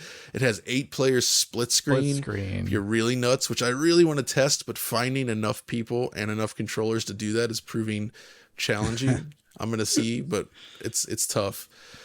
But yeah, I want to talk about that more in the video. Needless to say, you know, aside from the lack of RTX, which, you know, I understand why it's not there, and at least we still have it. Everything else about it is just, it's phenomenal.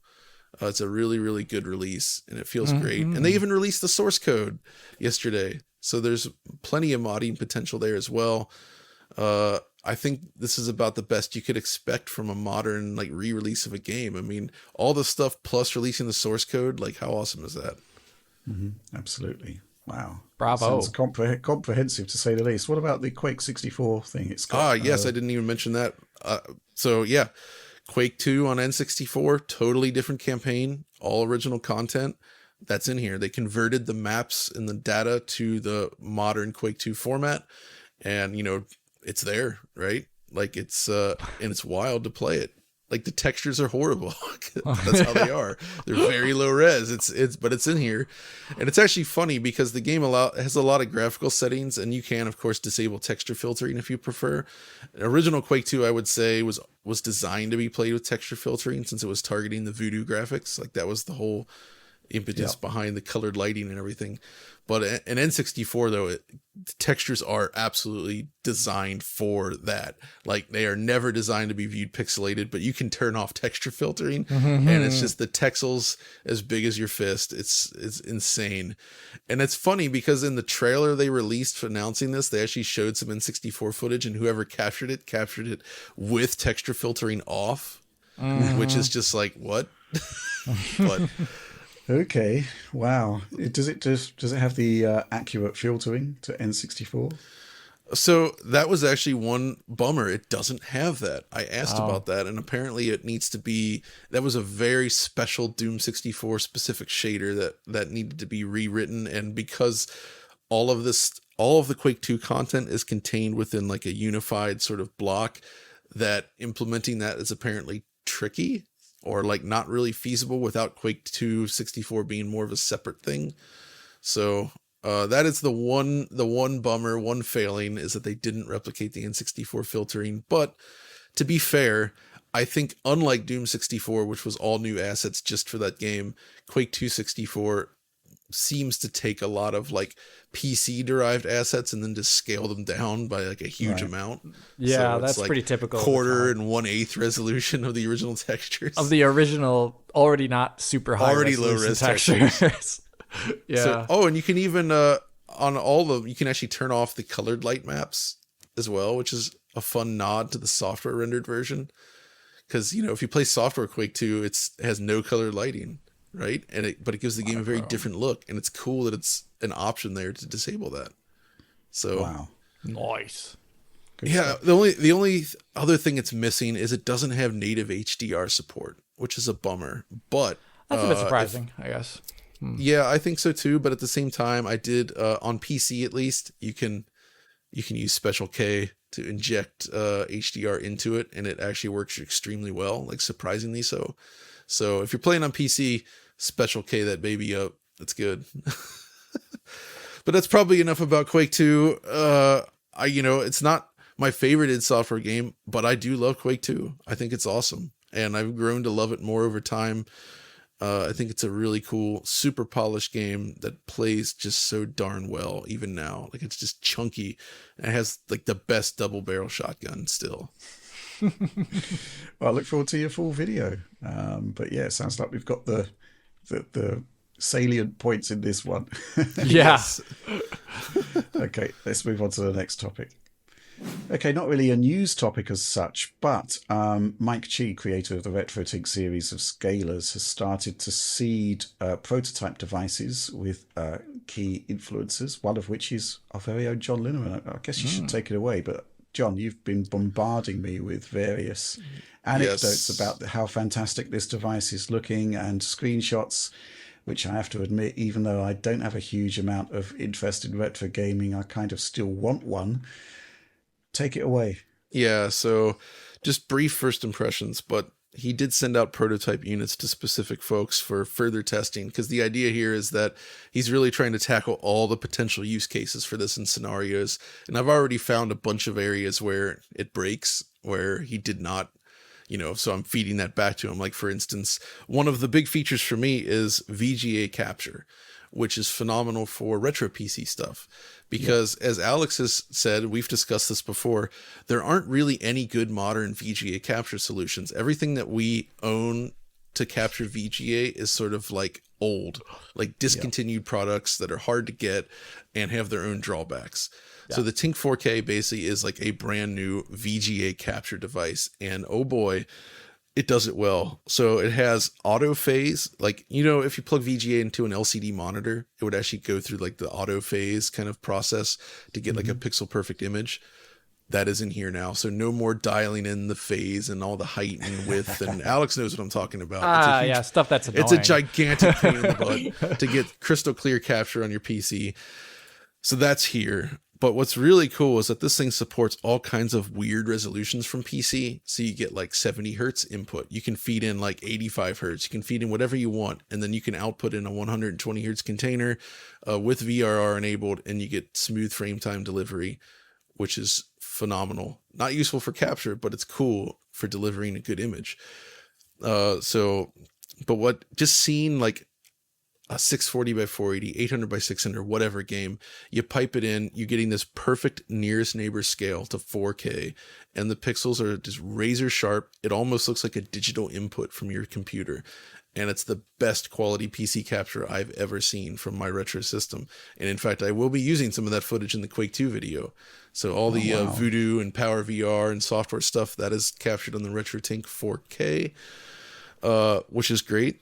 So there's also the other big feature is that it now accepts HDMI input.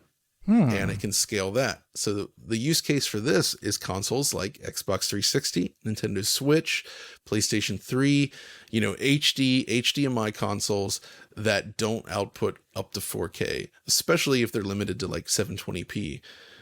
Because now you can take that resolution and do a perfect nearest neighbor scale to 4K and get absolute pristine image quality. Like the difference it makes, like 1080p TVs these days handle it pretty well. Like there is a little bit of softening, but it's pretty good. But 720p, like even on all these old LG OLEDs, but all the brands I've tested, 720p, they blur the heck out of it, right? It's clearly designed for film content. It looks bad. It's very blurry.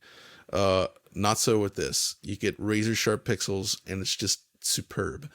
That's a big feature for me as well. And that would help if, like, say I'm doing a video and Switch is involved in the video. Like, I don't think I'm doing the Red Dead video, but in that case, if we're doing a 4K video, right, and you want to put the Switch version in there, you could capture on the RetroTink 4K. You get this perfect nearest neighbor scaled 1080p image up to 4K, and now it slots in with the rest of the video, and you get the raw pixels from the Switch scaled up perfectly.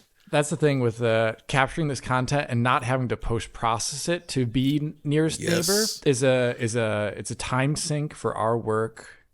Rich has done it before. John has done it before. I do it for every single video that I cover retro anything on. It's always nearest neighbored, usually in post to a degree. Exactly. So this is a big deal. Yeah.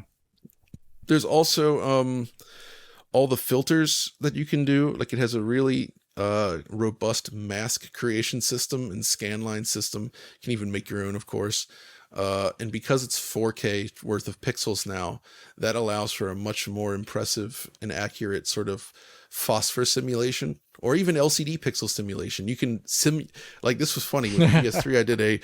I simulated a 1080p flat panel in terms of pixels on my 4K display. So it actually divides up the pixels on your 4K screen into what looks like actual RGBs. 1080p pixels. It's nuts. But for CRT stuff, yeah, you get those little RGB and different sub-pixel structures and the little phosphor configurations, and like can just deliver impressive results on that front. But then it's like, oh yeah, but if you use the masks, it makes the thing darker, right? Well, the Tink 4K allows you to inject HDR, and it's actually like gamma correct HDR support in 10-bit. You can send that to your system or to your TV. And you have full control over the light output. So you crank up the nits, you're like pushing this insanely bright image, but then you turn on black frame insertion, you turn on the different masks and the scan lines, and now you're just at normal brightness while using those. And it's just like, wow, it overcomes the brightness loss in using those other technologies. But let's say you don't have a TV with black frame insertion, you want to use it. The Tink 4K has that as well. You can enable 120 hertz output, up to 1440p, not necessarily 4K 120. It's not HDMI 2.1, but it has its own built-in BFI system. And that was implemented with help by Mark from Blurbusters, who is like the foremost expert in all things motion BFI, blur. yeah. So he worked directly with Mike to ensure that this BFI solution is robust, and it is. It's very good.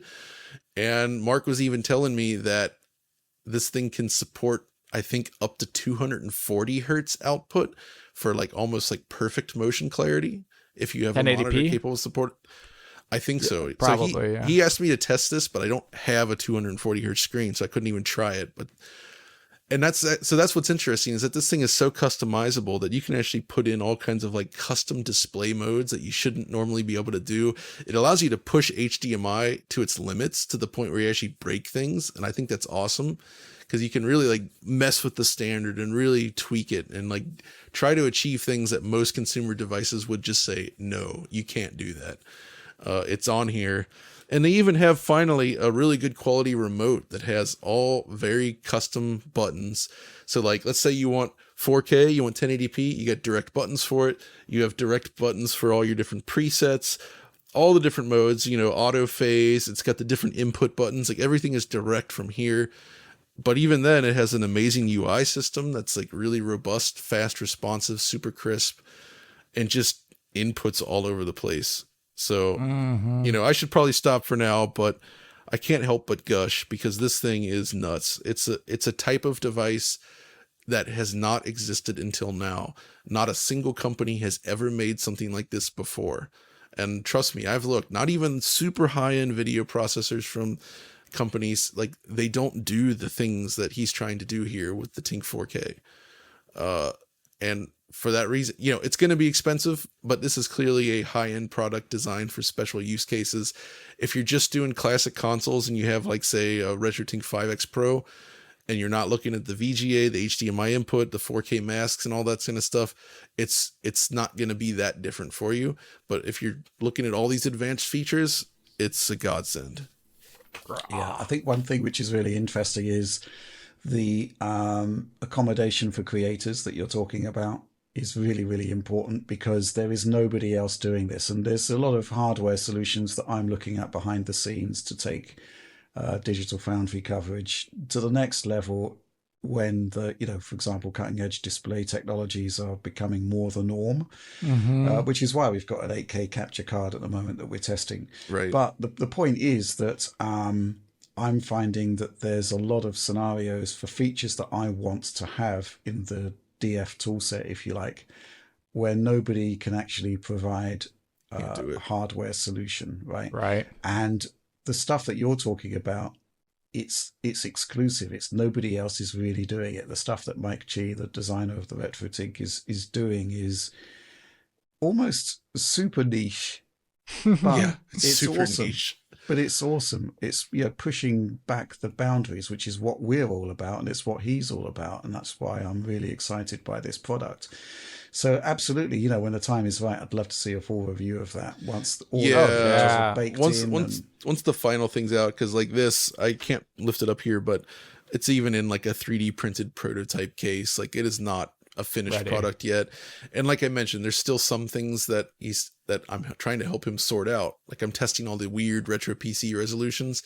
Like we discovered that Jazz Jackrabbit uses some unusual DOS resolution that very few other games actually do. Like it's a very, very obscure resolution. He was actually surprised to see it, but that does not display correctly on this. Like it's all squashed and weird because the Tink is just like, what is this? But he's going to implement support for it now. And there's a ton of like information and tools on here, like diagnostics that reveal exactly what the input, the output, what the FPGA is doing, like all this like data to give you an exact idea of what it sees, what's piping into this thing. And so going through that, hopefully by the time this thing officially launches, all these weird, obscure use cases that were thrown at it will be fully supported. There's actually a weird, obscure one that I have where for some reason when using, I think what GPU was it? Maybe it was like a 5000 5200 FX from Nvidia. Oof. When it pumps out things through VGA and it's like normal GMT, it actually, my capture card reads it at double the hertz, but with the wrong height or something like that. And that's wrong. That's obviously really wrong. I'm curious what Mike Cheese would do with that. So yeah, that's basically what we're testing right now is like trying to throw situations like that at this thing and basically reporting back to him. So hopefully we can help influence the end result. It's already amazing, but the idea is to get this thing to just do whatever. Mm-hmm. But okay, good stuff. That's it for now. Okay. Let's move on to supporter Q&A. This is the part of the show where every week we ask our supporters a bunch of questions to supply us with a bunch of questions, and we choose the best, or rather the ones that we're best equipped to answer. Let's kick off with this one from Mr. Bespoke. And his question is this: Hi John, have you recovered from the Sliver quote unquote it's no use bombardment boss fight from the Sonic 06 Let's Play yet? To put that into perspective, I don't envy you this one, John, but you did actually sit down to replay Sonic 06 with with Mark from My Life in Gaming, and it doesn't look as though it was a particularly joyful experience. Yeah, so we did a Let's Play of that. It's up for DF Retro patrons. It had been years since I'd played this game, and I hadn't followed all the memes. I actually forgot about this stupid fight. So this is a game that I bought on day one back in the day, and I was actually hyped for on 360. And then it came out, and I was horrified by it. Like, just, I saw some good things in it, but the first time you walk up to a guy and talk to him, and it has to do like a 30-second load, and then it shows him again, you get 2 lines of dialogue, and then it's another 30-second load, and then you do the thing in like 10 seconds, and then it's another 30-second load back to the dialogue, and then after the dialogue, it's another 30-second load back to the map. It's insane. But yeah, the silver boss fight, man, he basically just, it picks you up like some kind of Star Wars Darth Vader thing here, and you're just like frozen in midair. The rings spill out, you hit the ground, and you're immediately up in the air again. The rings are gone, you're dead. Just over and over again. It is such a gigantic pain in the butt, and your character is just constantly going, "It's no use," over and over again. Yeah, it's bad. I now I see why that has been memeified, and I'm not surprised that was picked up by other content creators, because good Lord. Well, I did take a quick look at the Let's Play. It's an hour long. I've not watched it all yet. And I started to lose the will to live pretty early on when, you just sort of walked forward and there was a load. Yeah, there's that. And we did side by side too, right? There's 360 versus PS3, and the PS3 version is it's extra bad. It's even better is what you're saying. Okay. Yeah. 2006, it wasn't, let's say, the best period of the PlayStation 3's history. It was kind of like almost like a Series S versus Series X divide in some places. Oh my gosh, yeah. Dude, it was insane. Like with this game, this was a double buffer VSync game. So you imagine like on PS3, every time it slows down, and it slows down a lot, it just runs at half rate, right? Or sorry, half speed. So the whole game goes to slow motion, like you're running underwater, and it happens constantly. Man. Any other highlights on that? I mean, it was an hour long. Is most of it loading? There is a good chunk of loading. Us just like shaking our heads at how, gosh, how bad this was. And in my head, I didn't even think it was this bad. Somehow it was even worse than I remembered. And I don't know what went wrong with that project. It's probably the worst thing Sonic Team's ever done. Yeah, I would say. Like, people will joke about like Shadow the Hedgehog, for instance, but it's a very playable game. It's weird, but it's perfectly playable, and it's not bad. This, though, is just a technical mess. It's completely broken. It's clearly shipped like a year or two too early.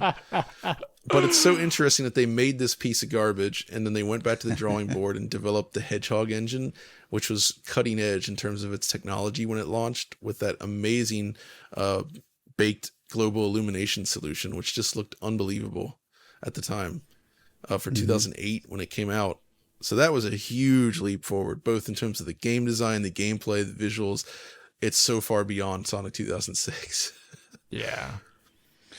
But yeah, that Let's Play may be public by now. If it's not, it'll be on our retro tier for supporters on the DF supporter program. But yeah, I mean, it had to be done, didn't it, John? You had to go back and look at that at some point. Yeah.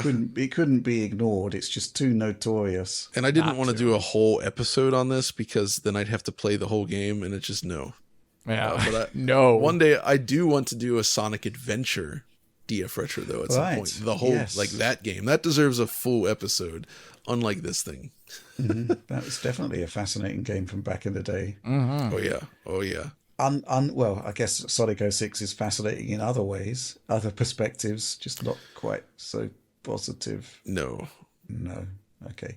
Let's move on to the next question. This one from Mad Monk. Hi DF, exclamation mark. He's literally written exclamation mark here. Exclamation mark, yeah. It's very better. Are Nvidia GPUs going to become even worse value in future? With gaming GPUs competing with far more lucrative products for limited production capacity, I fear that they simply don't need the gaming market, and innovation in the space will slow massively. Lack of competition from AMD also reduces their incentive to push things on. Interesting question, this one, Alex, from Mad Monk here.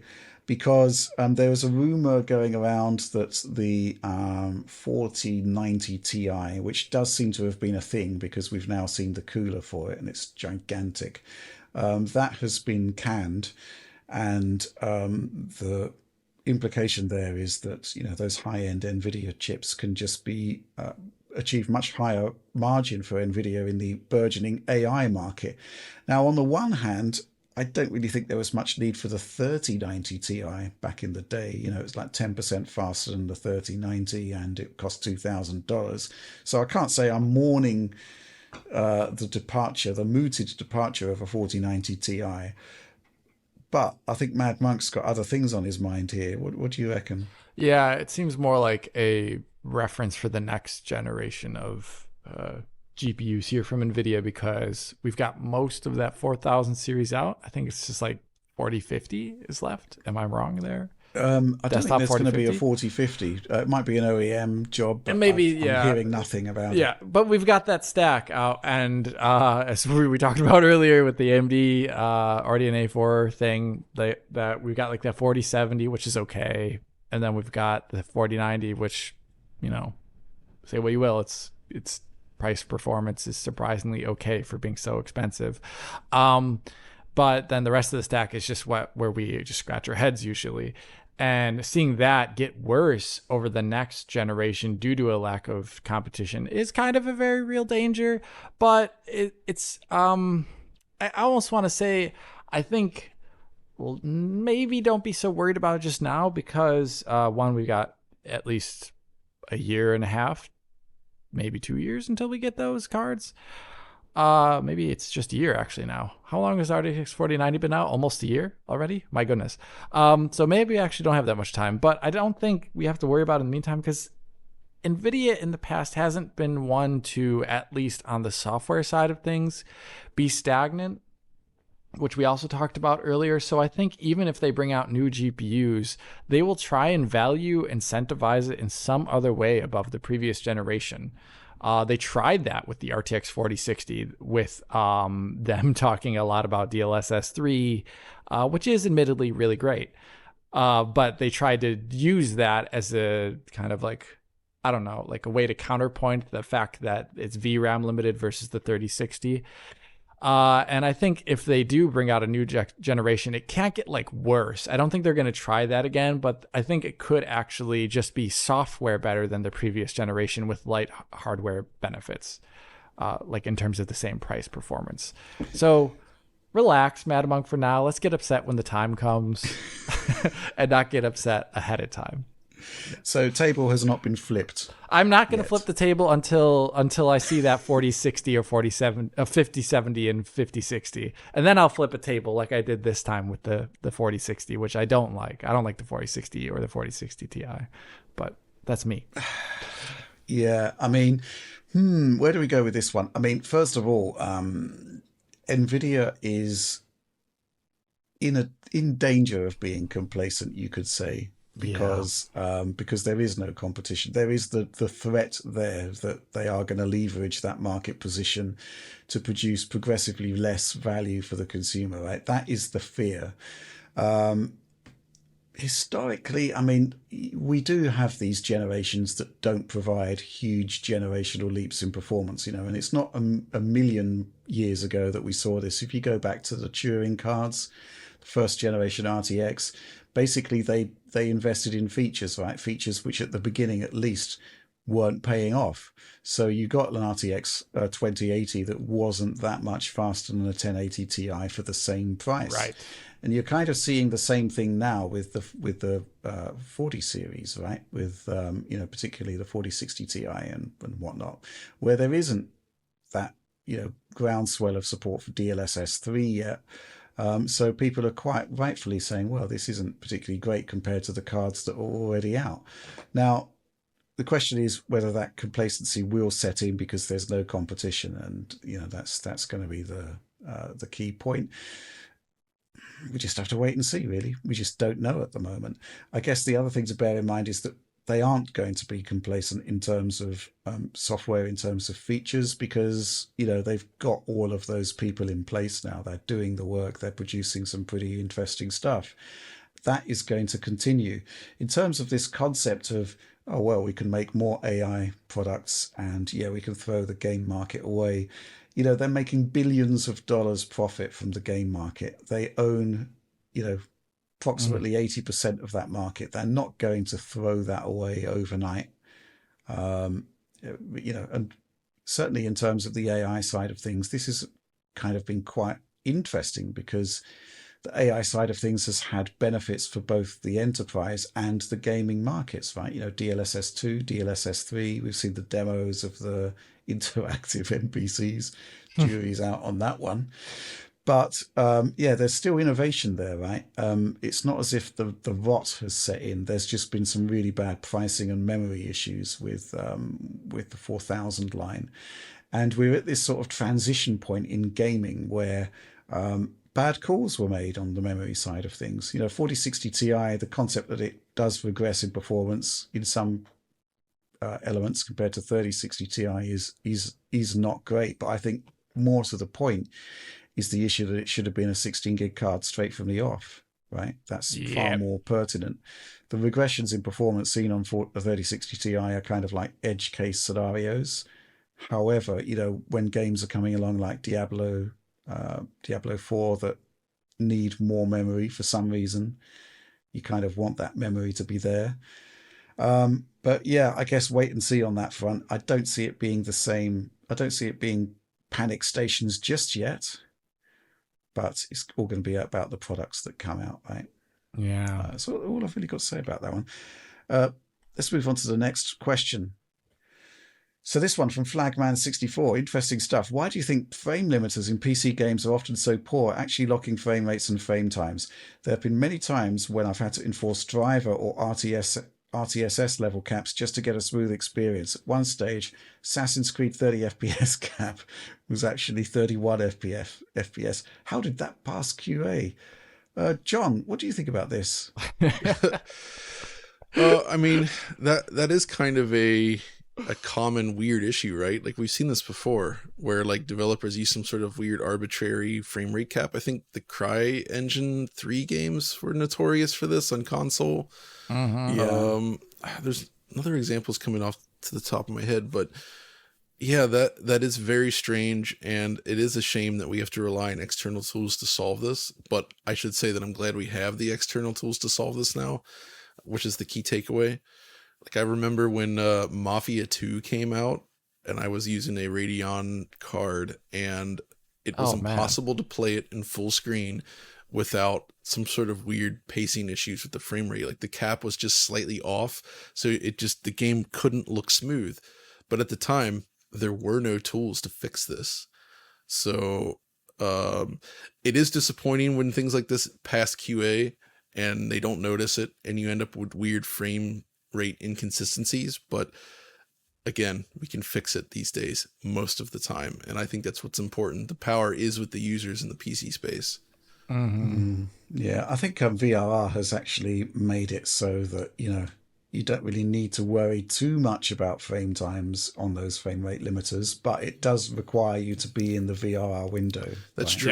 Yes. Actually, okay, I gotta do a little tangent here related to this. So while this isn't a huge issue for games nowadays, the rendering, it's a gigantic issue for full motion video playback because folks, developers are still shipping games with FMV in it, right? For whatever reason, it depends on there are valid reasons to use FMV, right?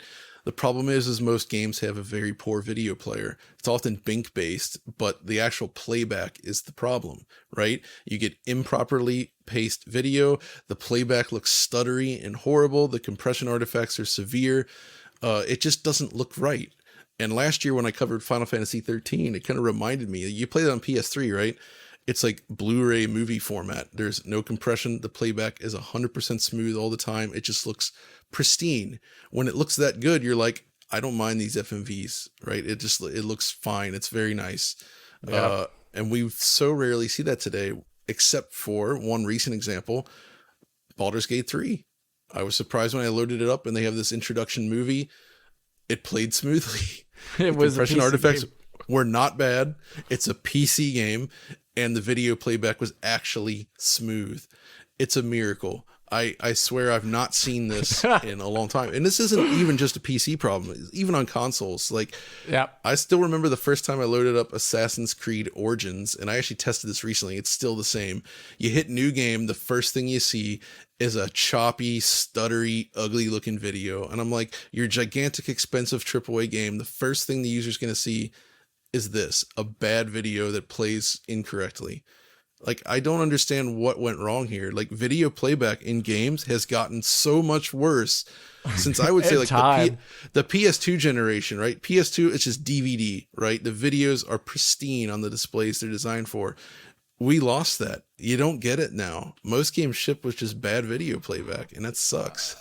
I didn't end up covering Final Fantasy VII Remastered, remake, whatever, reimagined on PC, but it's fine. It's paced fine on console, the intro cinematic as it goes into the city, but on PC it's all wrong, and it's filled with background stutters too, because they're obviously bringing in assets during that time that don't have shaders compiled. So it's shader compilation stuttering the first time you play that cinematic while having the wrong cadence of frame delivery. Hilariously bad. Actually, Unreal Engine itself is bad for this. UE4 doesn't play videos well. I found this myself. In fact, when I was building a test map, I was like, I want to map a video onto some structures for fun. And it was a side-scrolling thing, right?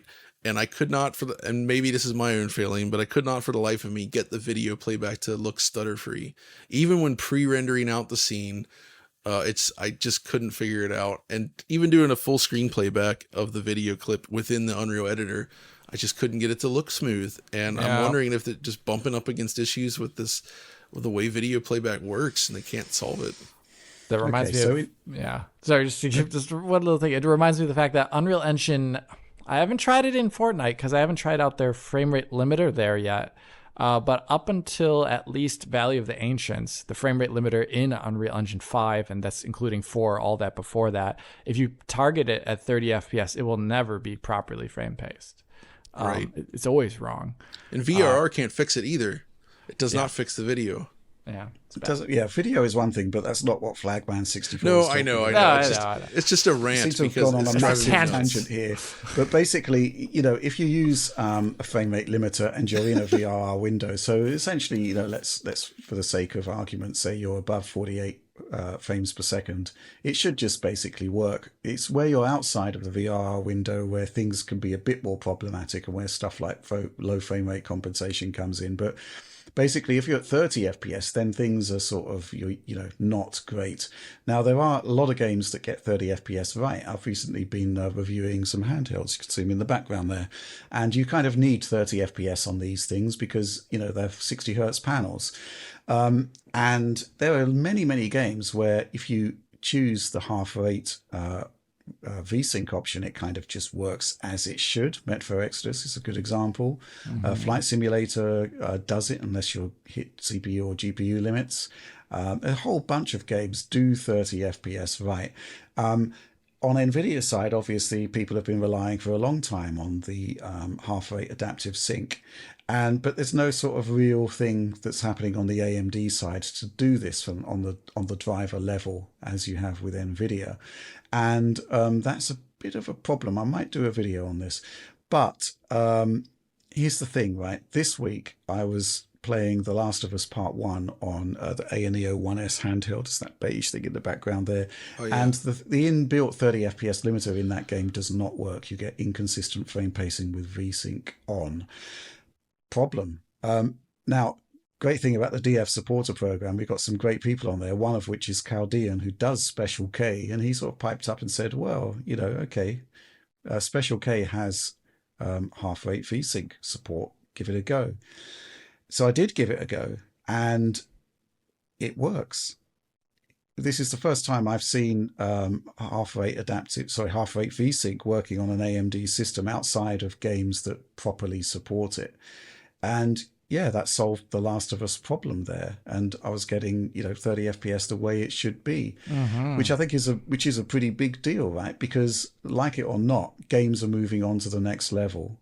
And, there's a lot of GPUs out there that will still be good for 30 FPS, but not much more than that on these cutting edge games. And I guess The Last of Us Part 1 running on a handheld is probably a pretty good example of that. And it does actually work. And he's got some really interesting options in there, like a sort of custom VSync off mode, which does lock to or rather target 30 frames per second, but it flips the frame buffer during the V blank period. So typically you get high latency with half rate VSync options, but this is actually running with VSync off.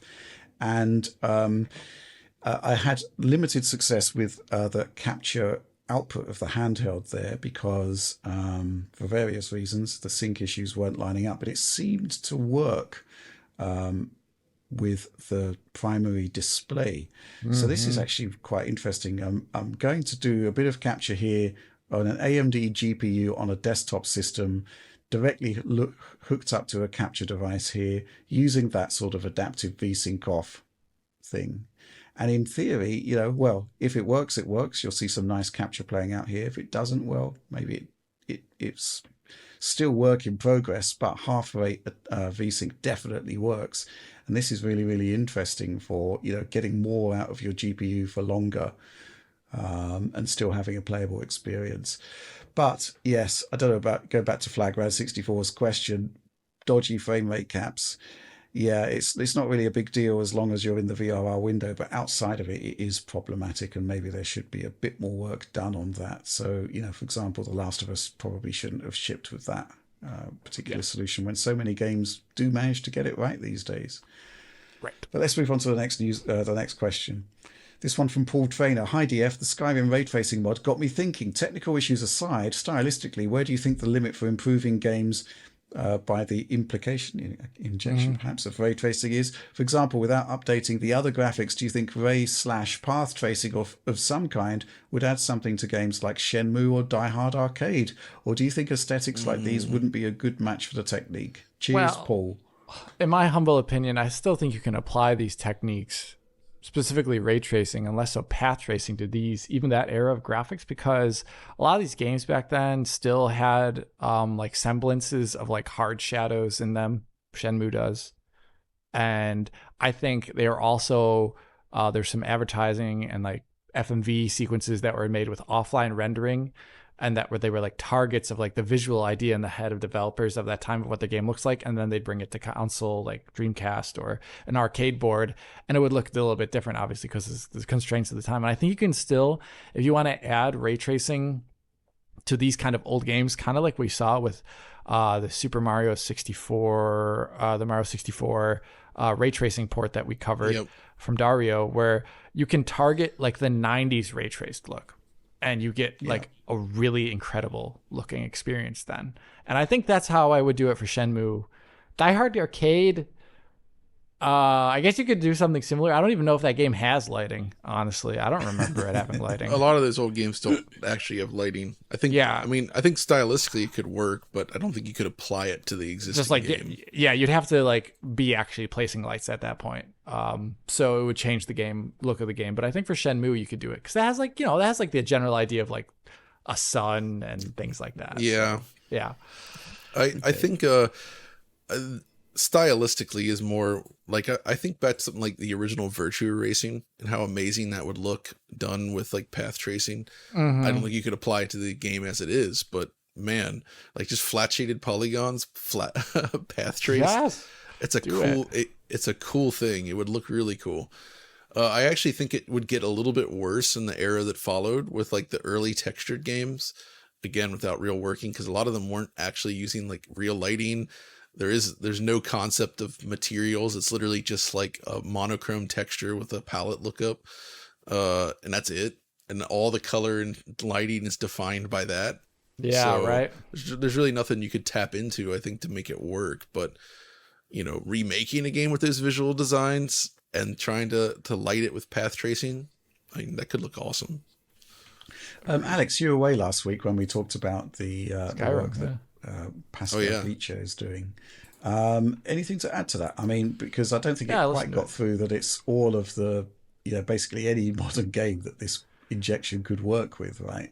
Yeah, I mean, early days so far, it's right? it's still early days, and I did watch the DF Direct, and I did watch that segment. I think you guys covered it really well, and I think getting across to the point that, as John mentioned in there, where it's currently in the video that's shown off, it's just like the base Skyrim assets and the base Skyrim materials, and it even is using things like shadow mapping, which creates issues of its own. Where these things are just stepping stones on the way to making, like, you can actually get like pretty much like the Quake 2 RTX style of redo, or Portal RTX style of redo, with different materials, and getting rid of all those aspects of rasterization that are still in there. It's just a matter of a lot of time having to still be invested into that. It's not released. I think Pascal told me that he's targeting something a couple months from now. Oh, we'll see. Okay. So, and I hopefully I'll get an early version of whatever it is, so I can cover it before it releases.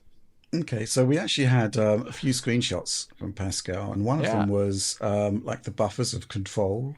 Yeah. But that's already got ray tracing, but it doesn't have path trace lighting. No. Yes. How does that work? I'm assuming it would only work on the DX11 version of the game. No, it actually, he said that Really? screenshot's actually the DX12 version. What? So you could inject path trace lighting into a game that already has a huge Yeah, amount so of it ray is. trace features. It's like reshade. Not reshade. It's like it's like render doc. So it is grabbing the entire game and everything that it's doing through DX in that point, and it's a matter of sorting through it all and finding out what it is, and that's the effort. It's all the draw calls and all that. So that has great implications for the future as well. But once again, it's just a question of time. It's a question of time. I think I would love to see it personally in Alien Isolation. It's like that game's already amazing looking. And it's just, is there any Doom 3 path tracing mods out there yet? I mean, people have looked on it. There's a person I follow on YouTube who looked at ray tracing Doom 3, and they got a lot in there in terms of like specularity already, but then they were kind of like hitting issues with basically a lot of the game had areas that were dark that were very purposefully for like to save rendering performance, they would leave those dark areas like devoid of almost texture and model detail. So relighting Doom 3 requires actually making those areas that are perfectly pitch black actually visually interesting to a degree. Yeah, it would just look ugly, huh? Yeah, it might just be like flat textures in those areas and not much geometric detail to actually like work with. That's a good point.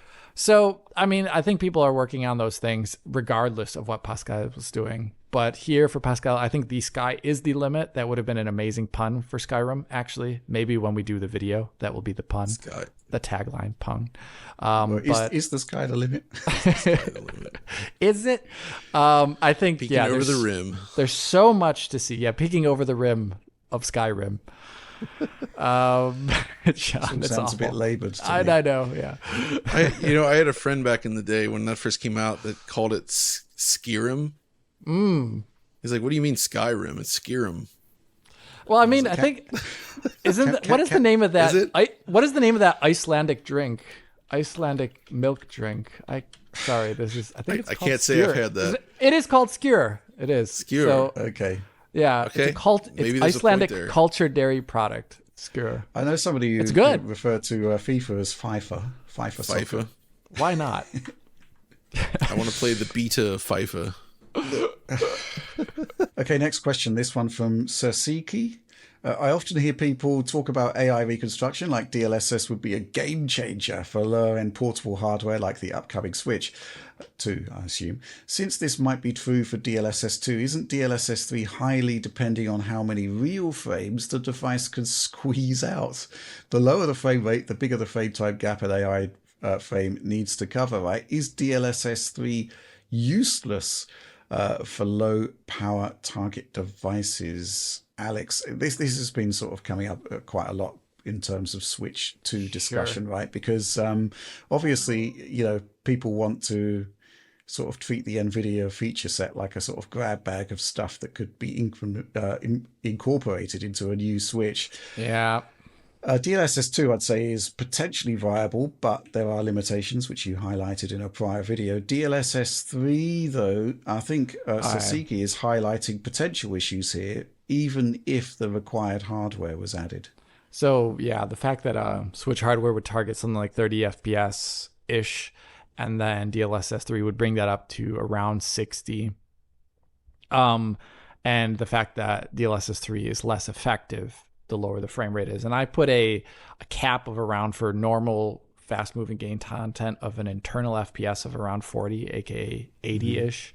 It'll depend on the game, right? It'll depend. That's the thing. Like I said in the video, Flight Simulator at 30 is perfectly fine, though. Internal 30, output 60. But another thing that throws a wrench in this, and I think that's less important, Cerseki? Sorry, why not?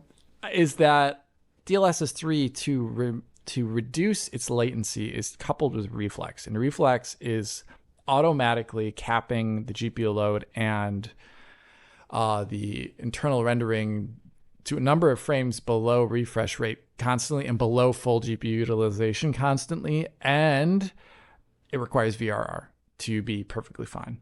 So if you are targeting like a 60 FPS ish experience it wouldn't be 60 on a 60 hertz display. It wouldn't, first of all, be 60 FPS with DLSS 3. It'd be like 57 FPS actually.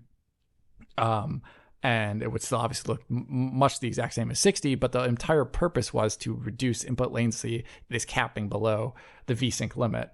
And that would require, so it would for this to be on Switch, it would not only require the hardware and software solution of DLSS 3 being in there, which is a big question mark anyways, because this is from Ada Lovelace, and this is apparently supposed to be an Ampere device.